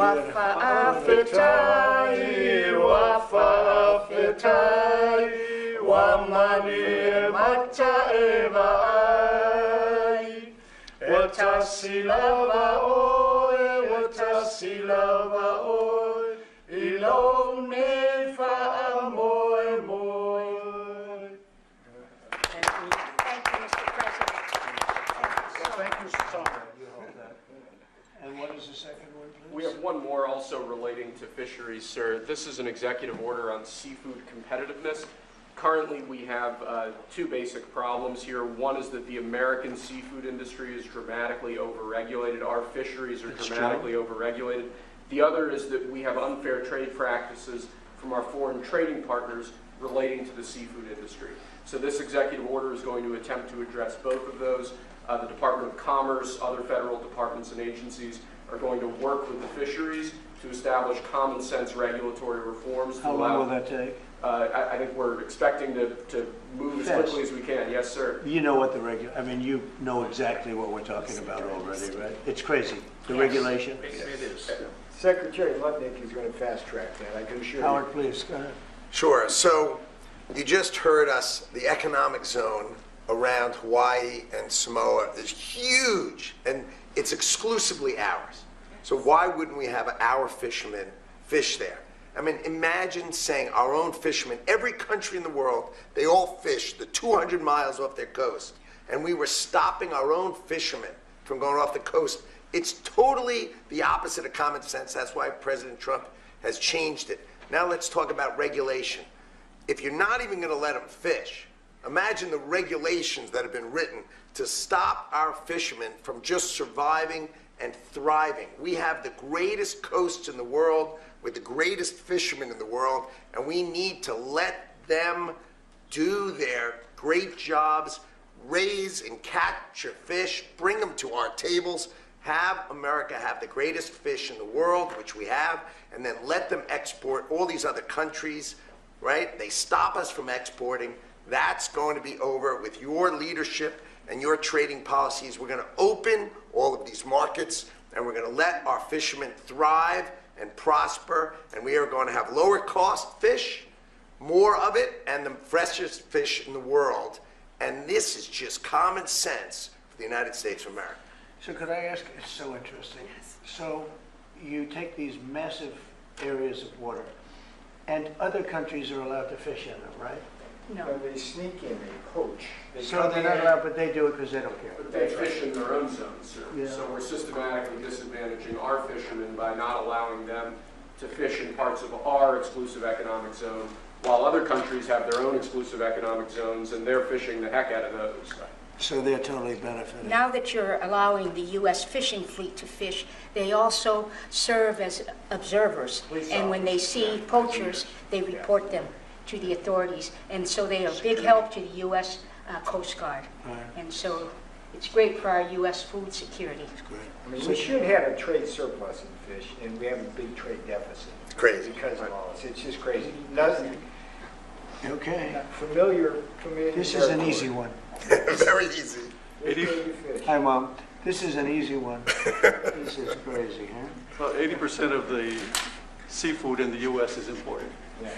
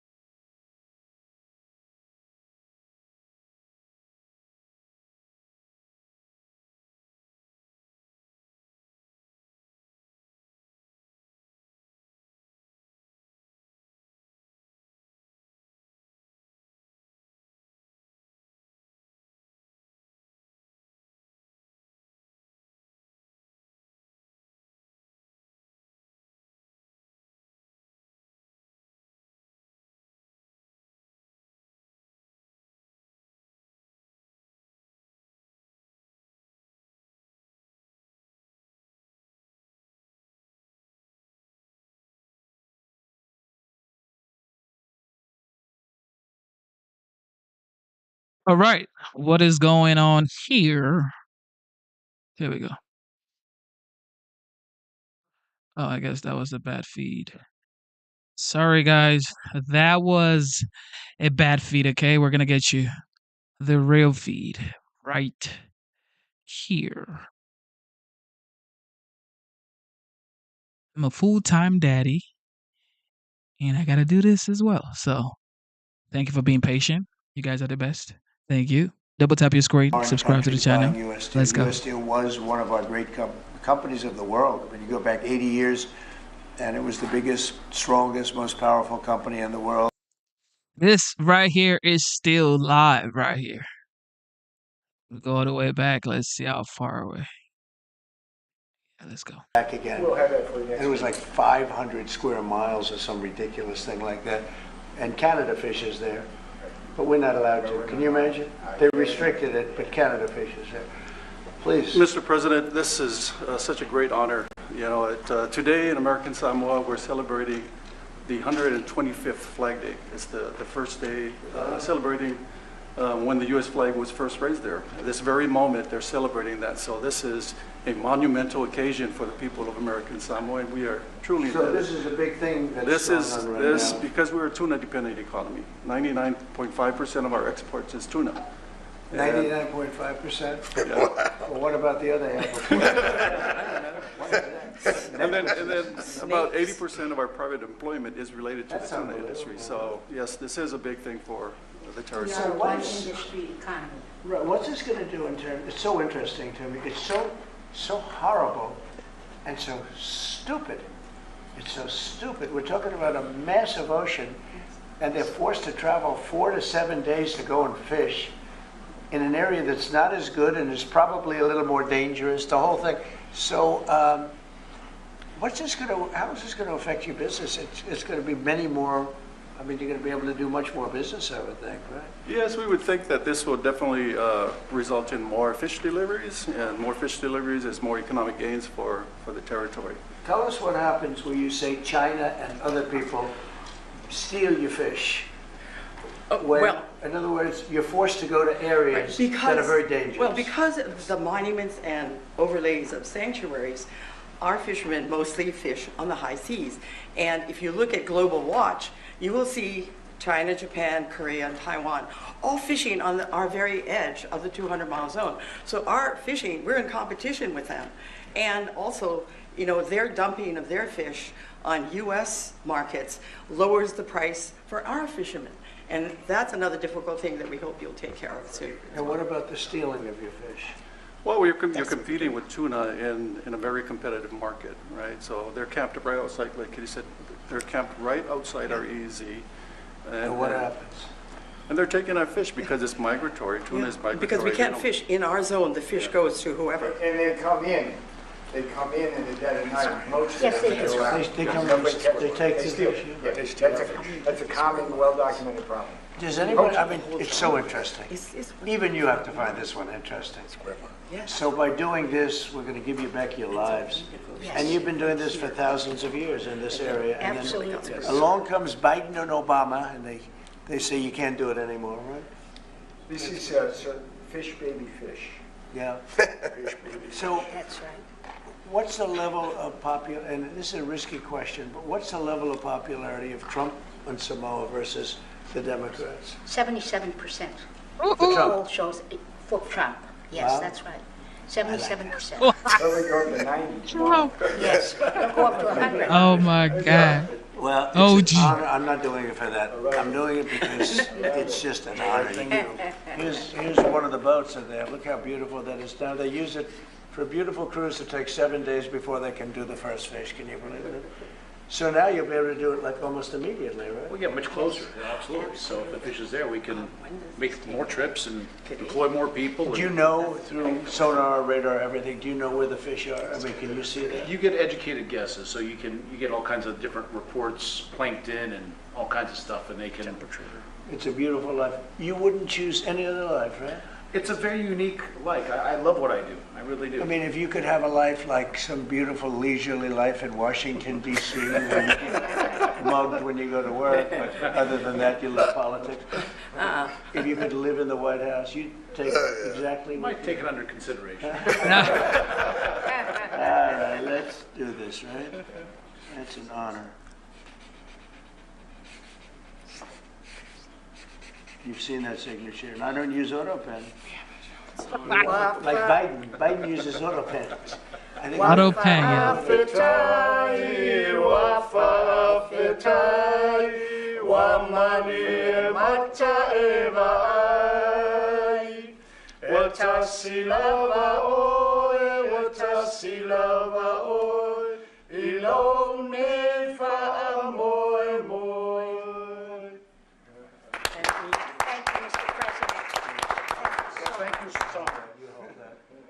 And what is the second one, please? We have one more also relating to fisheries, sir. This is an executive order on seafood competitiveness. Currently, we have two basic problems here. One is that the American seafood industry is dramatically overregulated. Our fisheries are dramatically overregulated. The other is that we have unfair trade practices from our foreign trading partners relating to the seafood industry. So this executive order is going to attempt to address both of those. The Department of Commerce, other federal departments and agencies are going to work with the fisheries to establish common sense regulatory reforms. How long will that take? I think we're expecting to move as quickly as we can. Yes, sir. You know what I mean, you know exactly what we're talking about already, right? It's crazy. The regulation. It is. Secretary Lutnick is going to fast track that, I can assure you. Howard, please, go ahead. Sure. So you just heard us, the economic zone around Hawaii and Samoa is huge, and it's exclusively ours. So why wouldn't we have our fishermen fish there? I mean, imagine saying our own fishermen, every country in the world, they all fish the 200 miles off their coast, and we were stopping our own fishermen from going off the coast. It's totally the opposite of common sense. That's why President Trump has changed it. Now let's talk about regulation. If you're not even going to let them fish, imagine the regulations that have been written to stop our fishermen from just surviving and thriving. We have the greatest coasts in the world with the greatest fishermen in the world, and we need to let them do their great jobs, raise and capture fish, bring them to our tables, have America have the greatest fish in the world, which we have, and then let them export all these greatest other countries, fish in the world. Right? They stop us from exporting.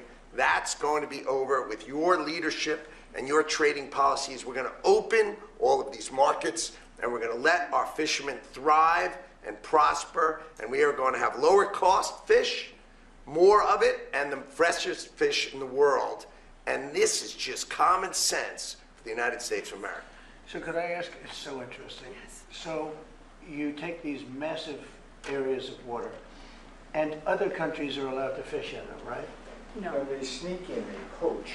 So they're not allowed, but they do it because they don't care. But they fish in their own zones, sir. Yeah. So we're systematically disadvantaging our fishermen by not allowing them to fish in parts of our exclusive economic zone, while other countries have their own exclusive economic zones, and they're fishing the heck out of those.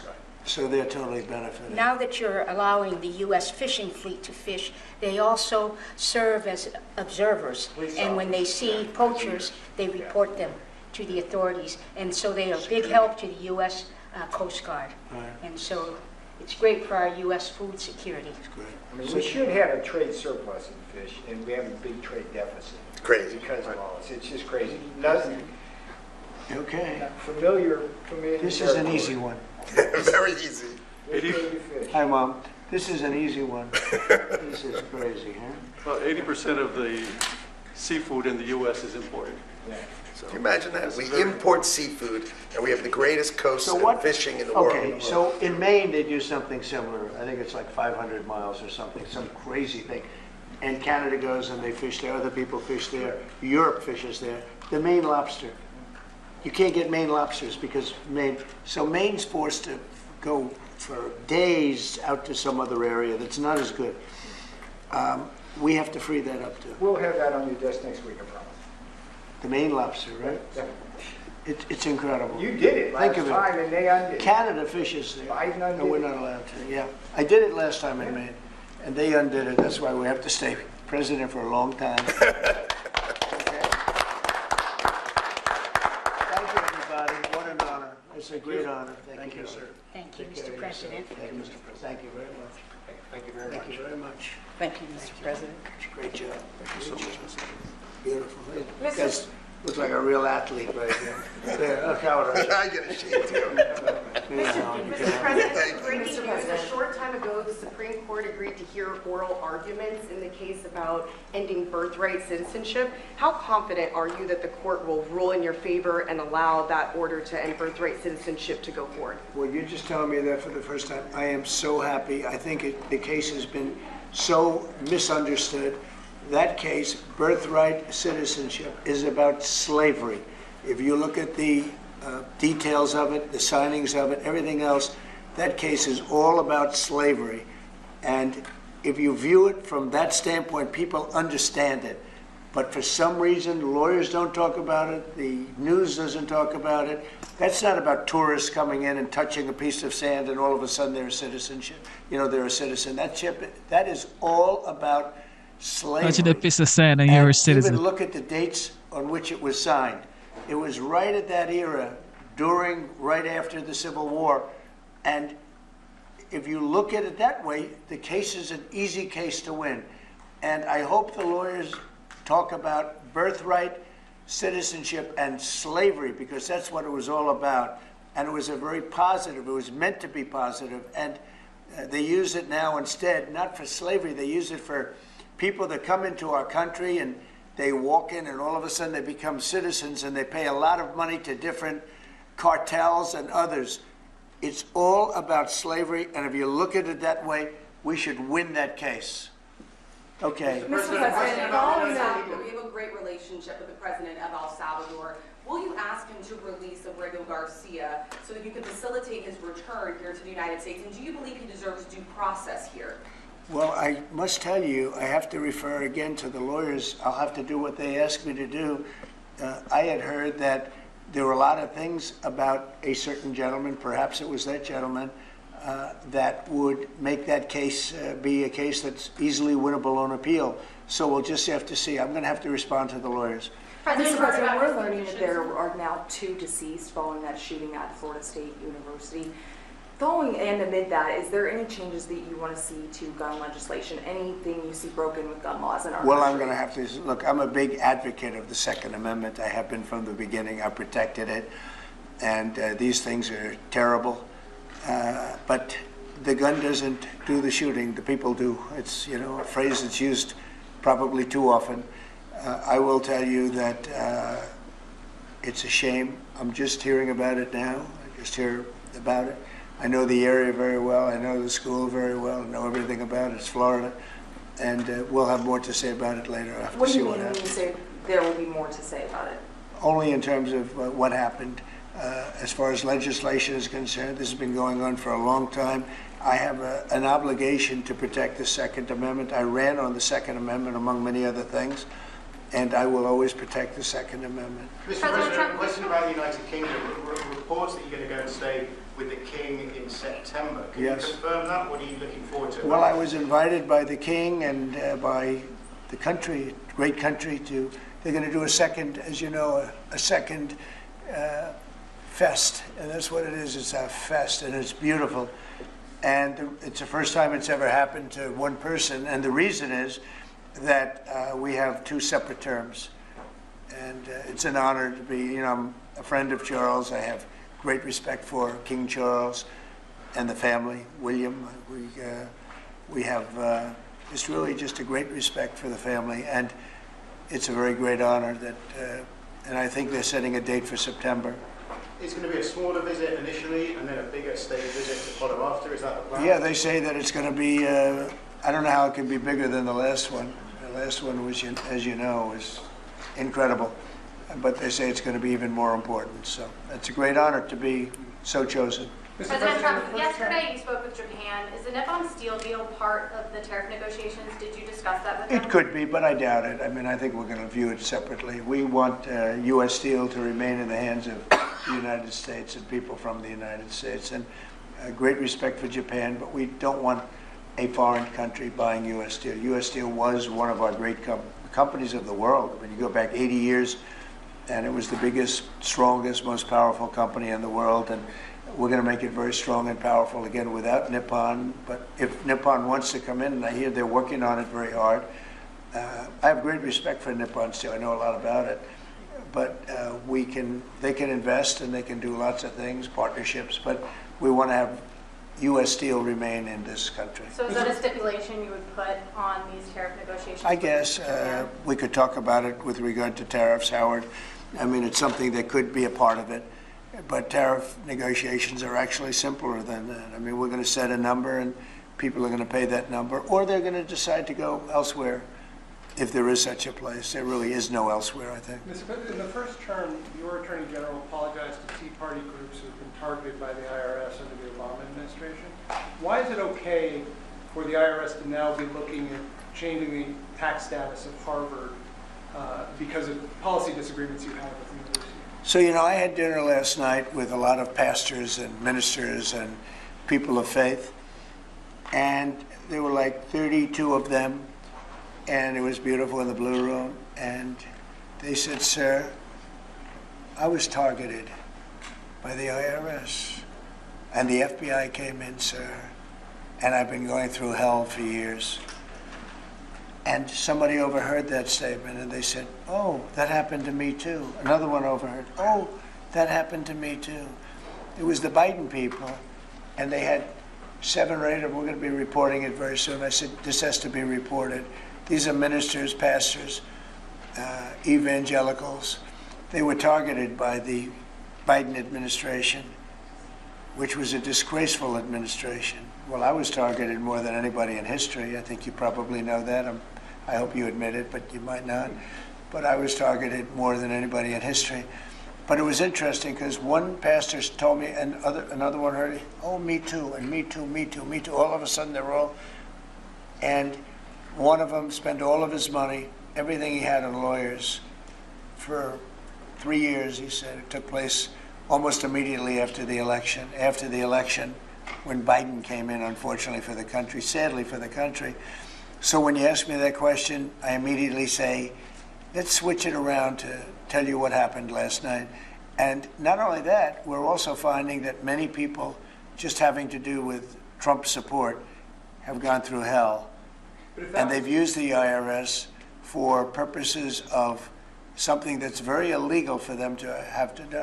What are you trying to It's a very illegal, it's a very, very illegal thing to do, what they did. And I think it's such a shame. That was long what? If that was wrong, why are you considering changing the tax status of Harvard? Because I think Harvard's a disgrace. I think what they did was a disgrace. They're obviously anti-Semitic. And all of a sudden they're starting to behave. But when you see what they were saying, what they were doing, when you see the way they took care of events, when you watch that woman, that horrendous president that ruined the image of Harvard, maybe permanently, Horrendous. In Congress, in the halls of Congress, when you take a look at what happened there, it was horrific. And, you know, I've looked at a lot having to do with it. I'm not involved in it. It's being handled by lawyers. I read about it just like you did. But tax exempt status, I mean, it's a privilege. It's really a privilege. And it's been abused by a lot more than Harvard, too. By a lot more than Harvard. So we'll see how that all works out. I don't think they've made a final ruling. I don't believe they've made a final ruling, but it's something that these schools really have to be very, very careful with. Very anti-Semitic when you take a look, whether it's Columbia, Harvard, Princeton. I don't know what's going on, but when you see how badly they've acted, and in other ways also. So we'll be looking at it very strongly. Subject on the taxes. Like I always say, you can hate Trump, you can hate him, you can say whatever you want to say about him, you can disagree with him, but one thing you could never say is, this man is not effective. He is absolutely 1000% effective. He is an effective human being, an effective leader, an effective president. Everybody's talking about the United States. Everybody's trying to come visit in the Oval Office. Like you saw the Prime Minister of Italy today. She was in the Oval Office. I don't want to say kissing the ring, but she was damn near almost kissing the ring. You know what I mean? Like, she admired Trump in the Oval Office. Even when the media was trying to attack Trump, he was so cool, calm, collected.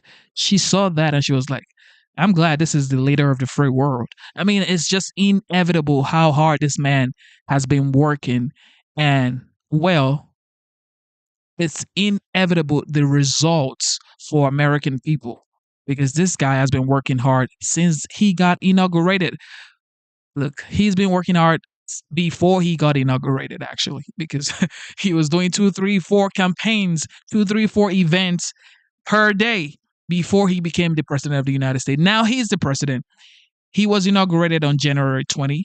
Since then till now, today is the 17th of April. So over 100 days, a little bit over 100 days. But this guy has been doing 2, 3, 4 events still every single day. Just today, this is his third event for today. He met with the Prime Minister of Italy. He had press conference earlier with the cabinet members, and now this is the third one. This is just another day in the office for this guy. This guy works so hard. You can say anything about him. You don't like him, is whatever, is he bankrupted his casinos, is a failed businessman, or whatever you want to say. Oh, this is that. But you could never say this guy isn't effective. The whole world is basically talking about the United States. Every stock market on earth is literally responding to what Trump is doing. The decision is making. The trade deals is trying to negotiate. Every stock market on earth, China, Japan, the United States, European Union, every stock market in the world is reacting, is responding to what Trump is doing. And yet, y'all want to talk about this guy. He ain't, no, man. He's absolutely effective. And I'm glad this is my president. What are the other groups you'd like to see that status removed from? Could we expect an executive? Well, we'll be making some statements, but it's a big deal, and they're so rich and so strong, and then they go so bad. They've earned so much by being a member of this country, you know, a member of this group, this beautiful group of people in this country, and then they go and they abuse their power like that. I think it's, you know, I think it's very sad. Are we talking about immigrant rights groups, environmental rights groups? Could be. I mean, look, environmental. I have a group named CREW. CREW. You ever hear of it? I think it's CREW. And they have a guy that heads CREW. It's supposed to be a charitable organization. The only charity they had is going after Donald Trump.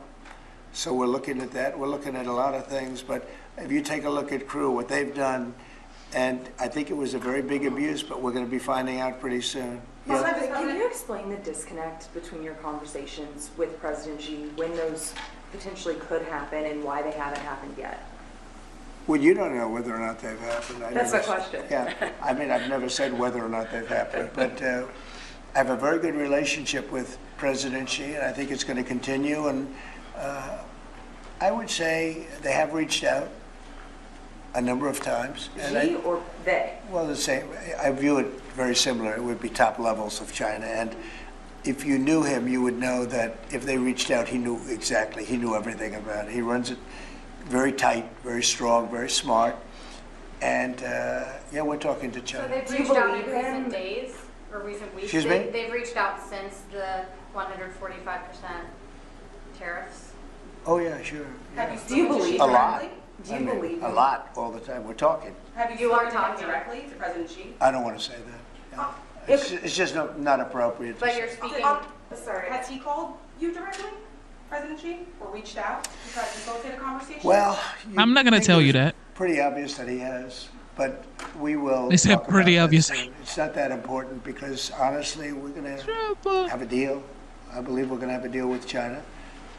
And if we don't, we're going to have a deal anyway because we're going to set a certain target, and that's going to be it. You have anything to say about that, Howard?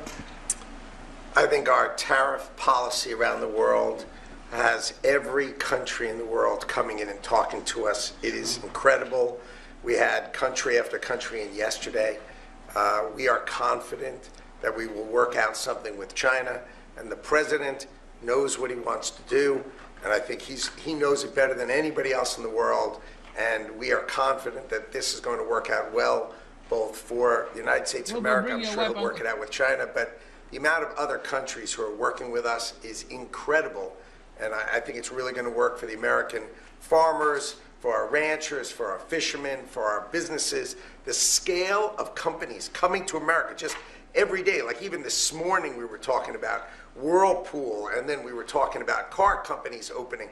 The scale of factories coming to America is mind-boggling, driven by Donald Trump's tariff policy, which has got the world coming and finally respecting the United States of America. President Trump, you said And by the way, there's never been anything like it. We have at least $7 trillion of new businesses coming in. If you go back and look at others, I mean, in years they wouldn't do anything like that. So, and this is in a matter of weeks, so it's been pretty amazing. You said we're talking, so China and the U.S. are talking on tariffs. Oh, sure. Do you believe then that they won't go higher than 125%? We've heard Chinese officials say that. And like, what happens if they do go higher? Do we retaliate more? Well, at a certain point, I don't want them to go higher, because at a certain point you make it where people don't buy. So I may not want to go higher, or I may not want to even go up to that level. I may want to go to less, because you want people to buy, and at a certain point people aren't going to buy. And it's actually up. It's actually up to 145%, because you have the 20. You previously said that you would consider reducing tariffs on China to get a tic-tac deal done. Is that still on the table as of now? Well, we have a deal for TikTok, but it'll be subject to China, so we'll just delay the deal till this thing works out one way or the other. And I think it's a good deal for China. The TikTok deal is very good.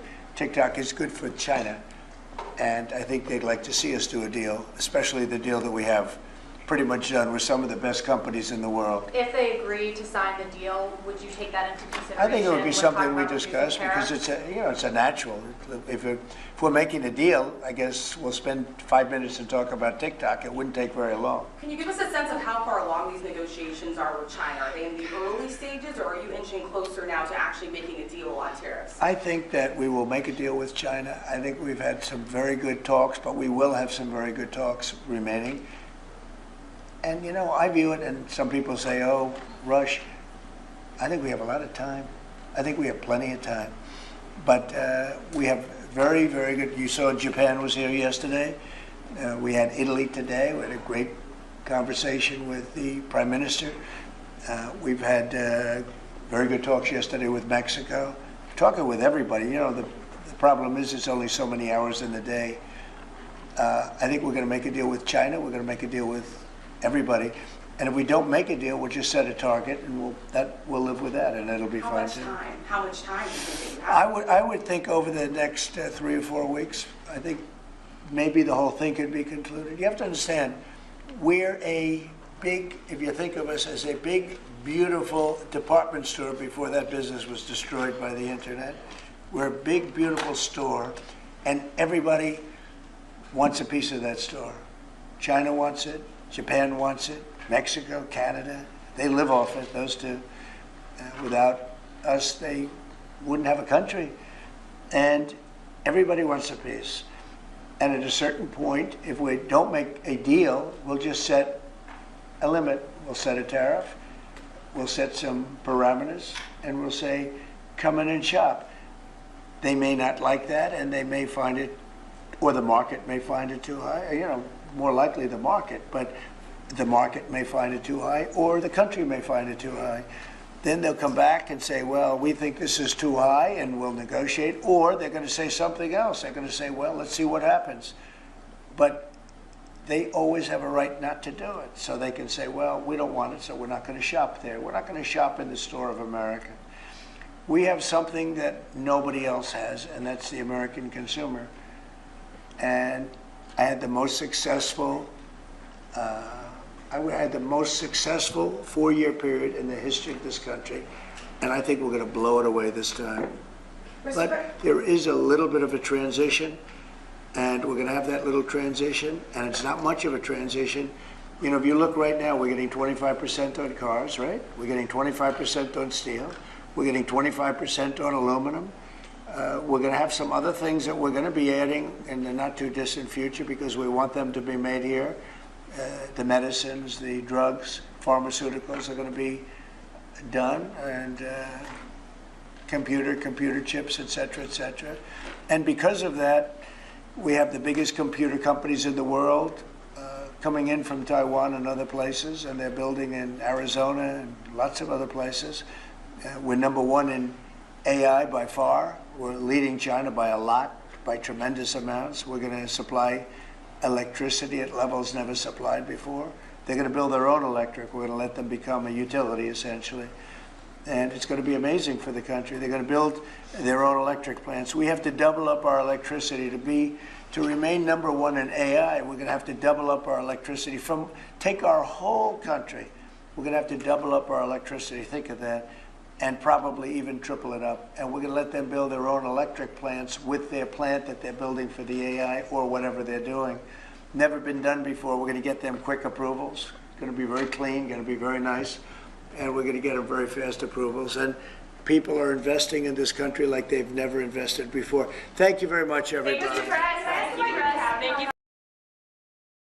Thank you for tuning in to the live show. You know what time it is. It is your boy Genesis. It is currently 5:57 p.m. And of course, today's date is the 17th of April, 2025. Yes, y'all. God bless you. Thank you. Double tap your screen. Subscribe to the channel. So, Monday is Easter Monday, and we have 3 tickets to the White House. Easter egg hunt at the South Lawn in the White House in DC on Monday.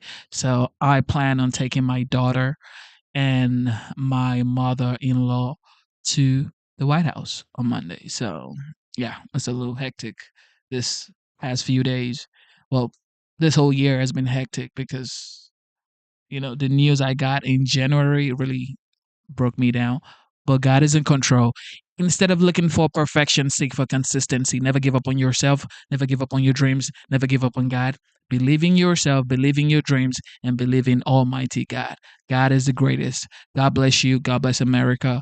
And thank you to the veterans and thank you to the military personnels. You protect the homeland. And shout out to the OG, the 45th, and now the 47th President of the United States. Shout out to C. Shelley. Shout out to Mr. Busky. Shout out to everybody who tuned in. God bless you. Thank you for joining the memberships. It is $4.99. God bless you for supporting. You guys are awesome. Thank you. And tomorrow or next, I am going to be putting out a video of my preparation to DC for the Easter egg hunt. Yeah, I hope you guys enjoy it. But yeah, I'm just trying to put this together for you guys and also for myself. So in future, I can watch it and be like, oh yeah, we had our 2025 Easter egg hunt in the White House, and my daughter is 5 years old. And yeah, so that's going to be an experience for her and her grandma, and as well for me. So God bless you guys. You guys are awesome. Thank you so much. And turn on your notification bell. We're going to be back here. I got to take my daughter to gymnastics class in about 30 minutes. Love you guys. See you guys soon. Stay up.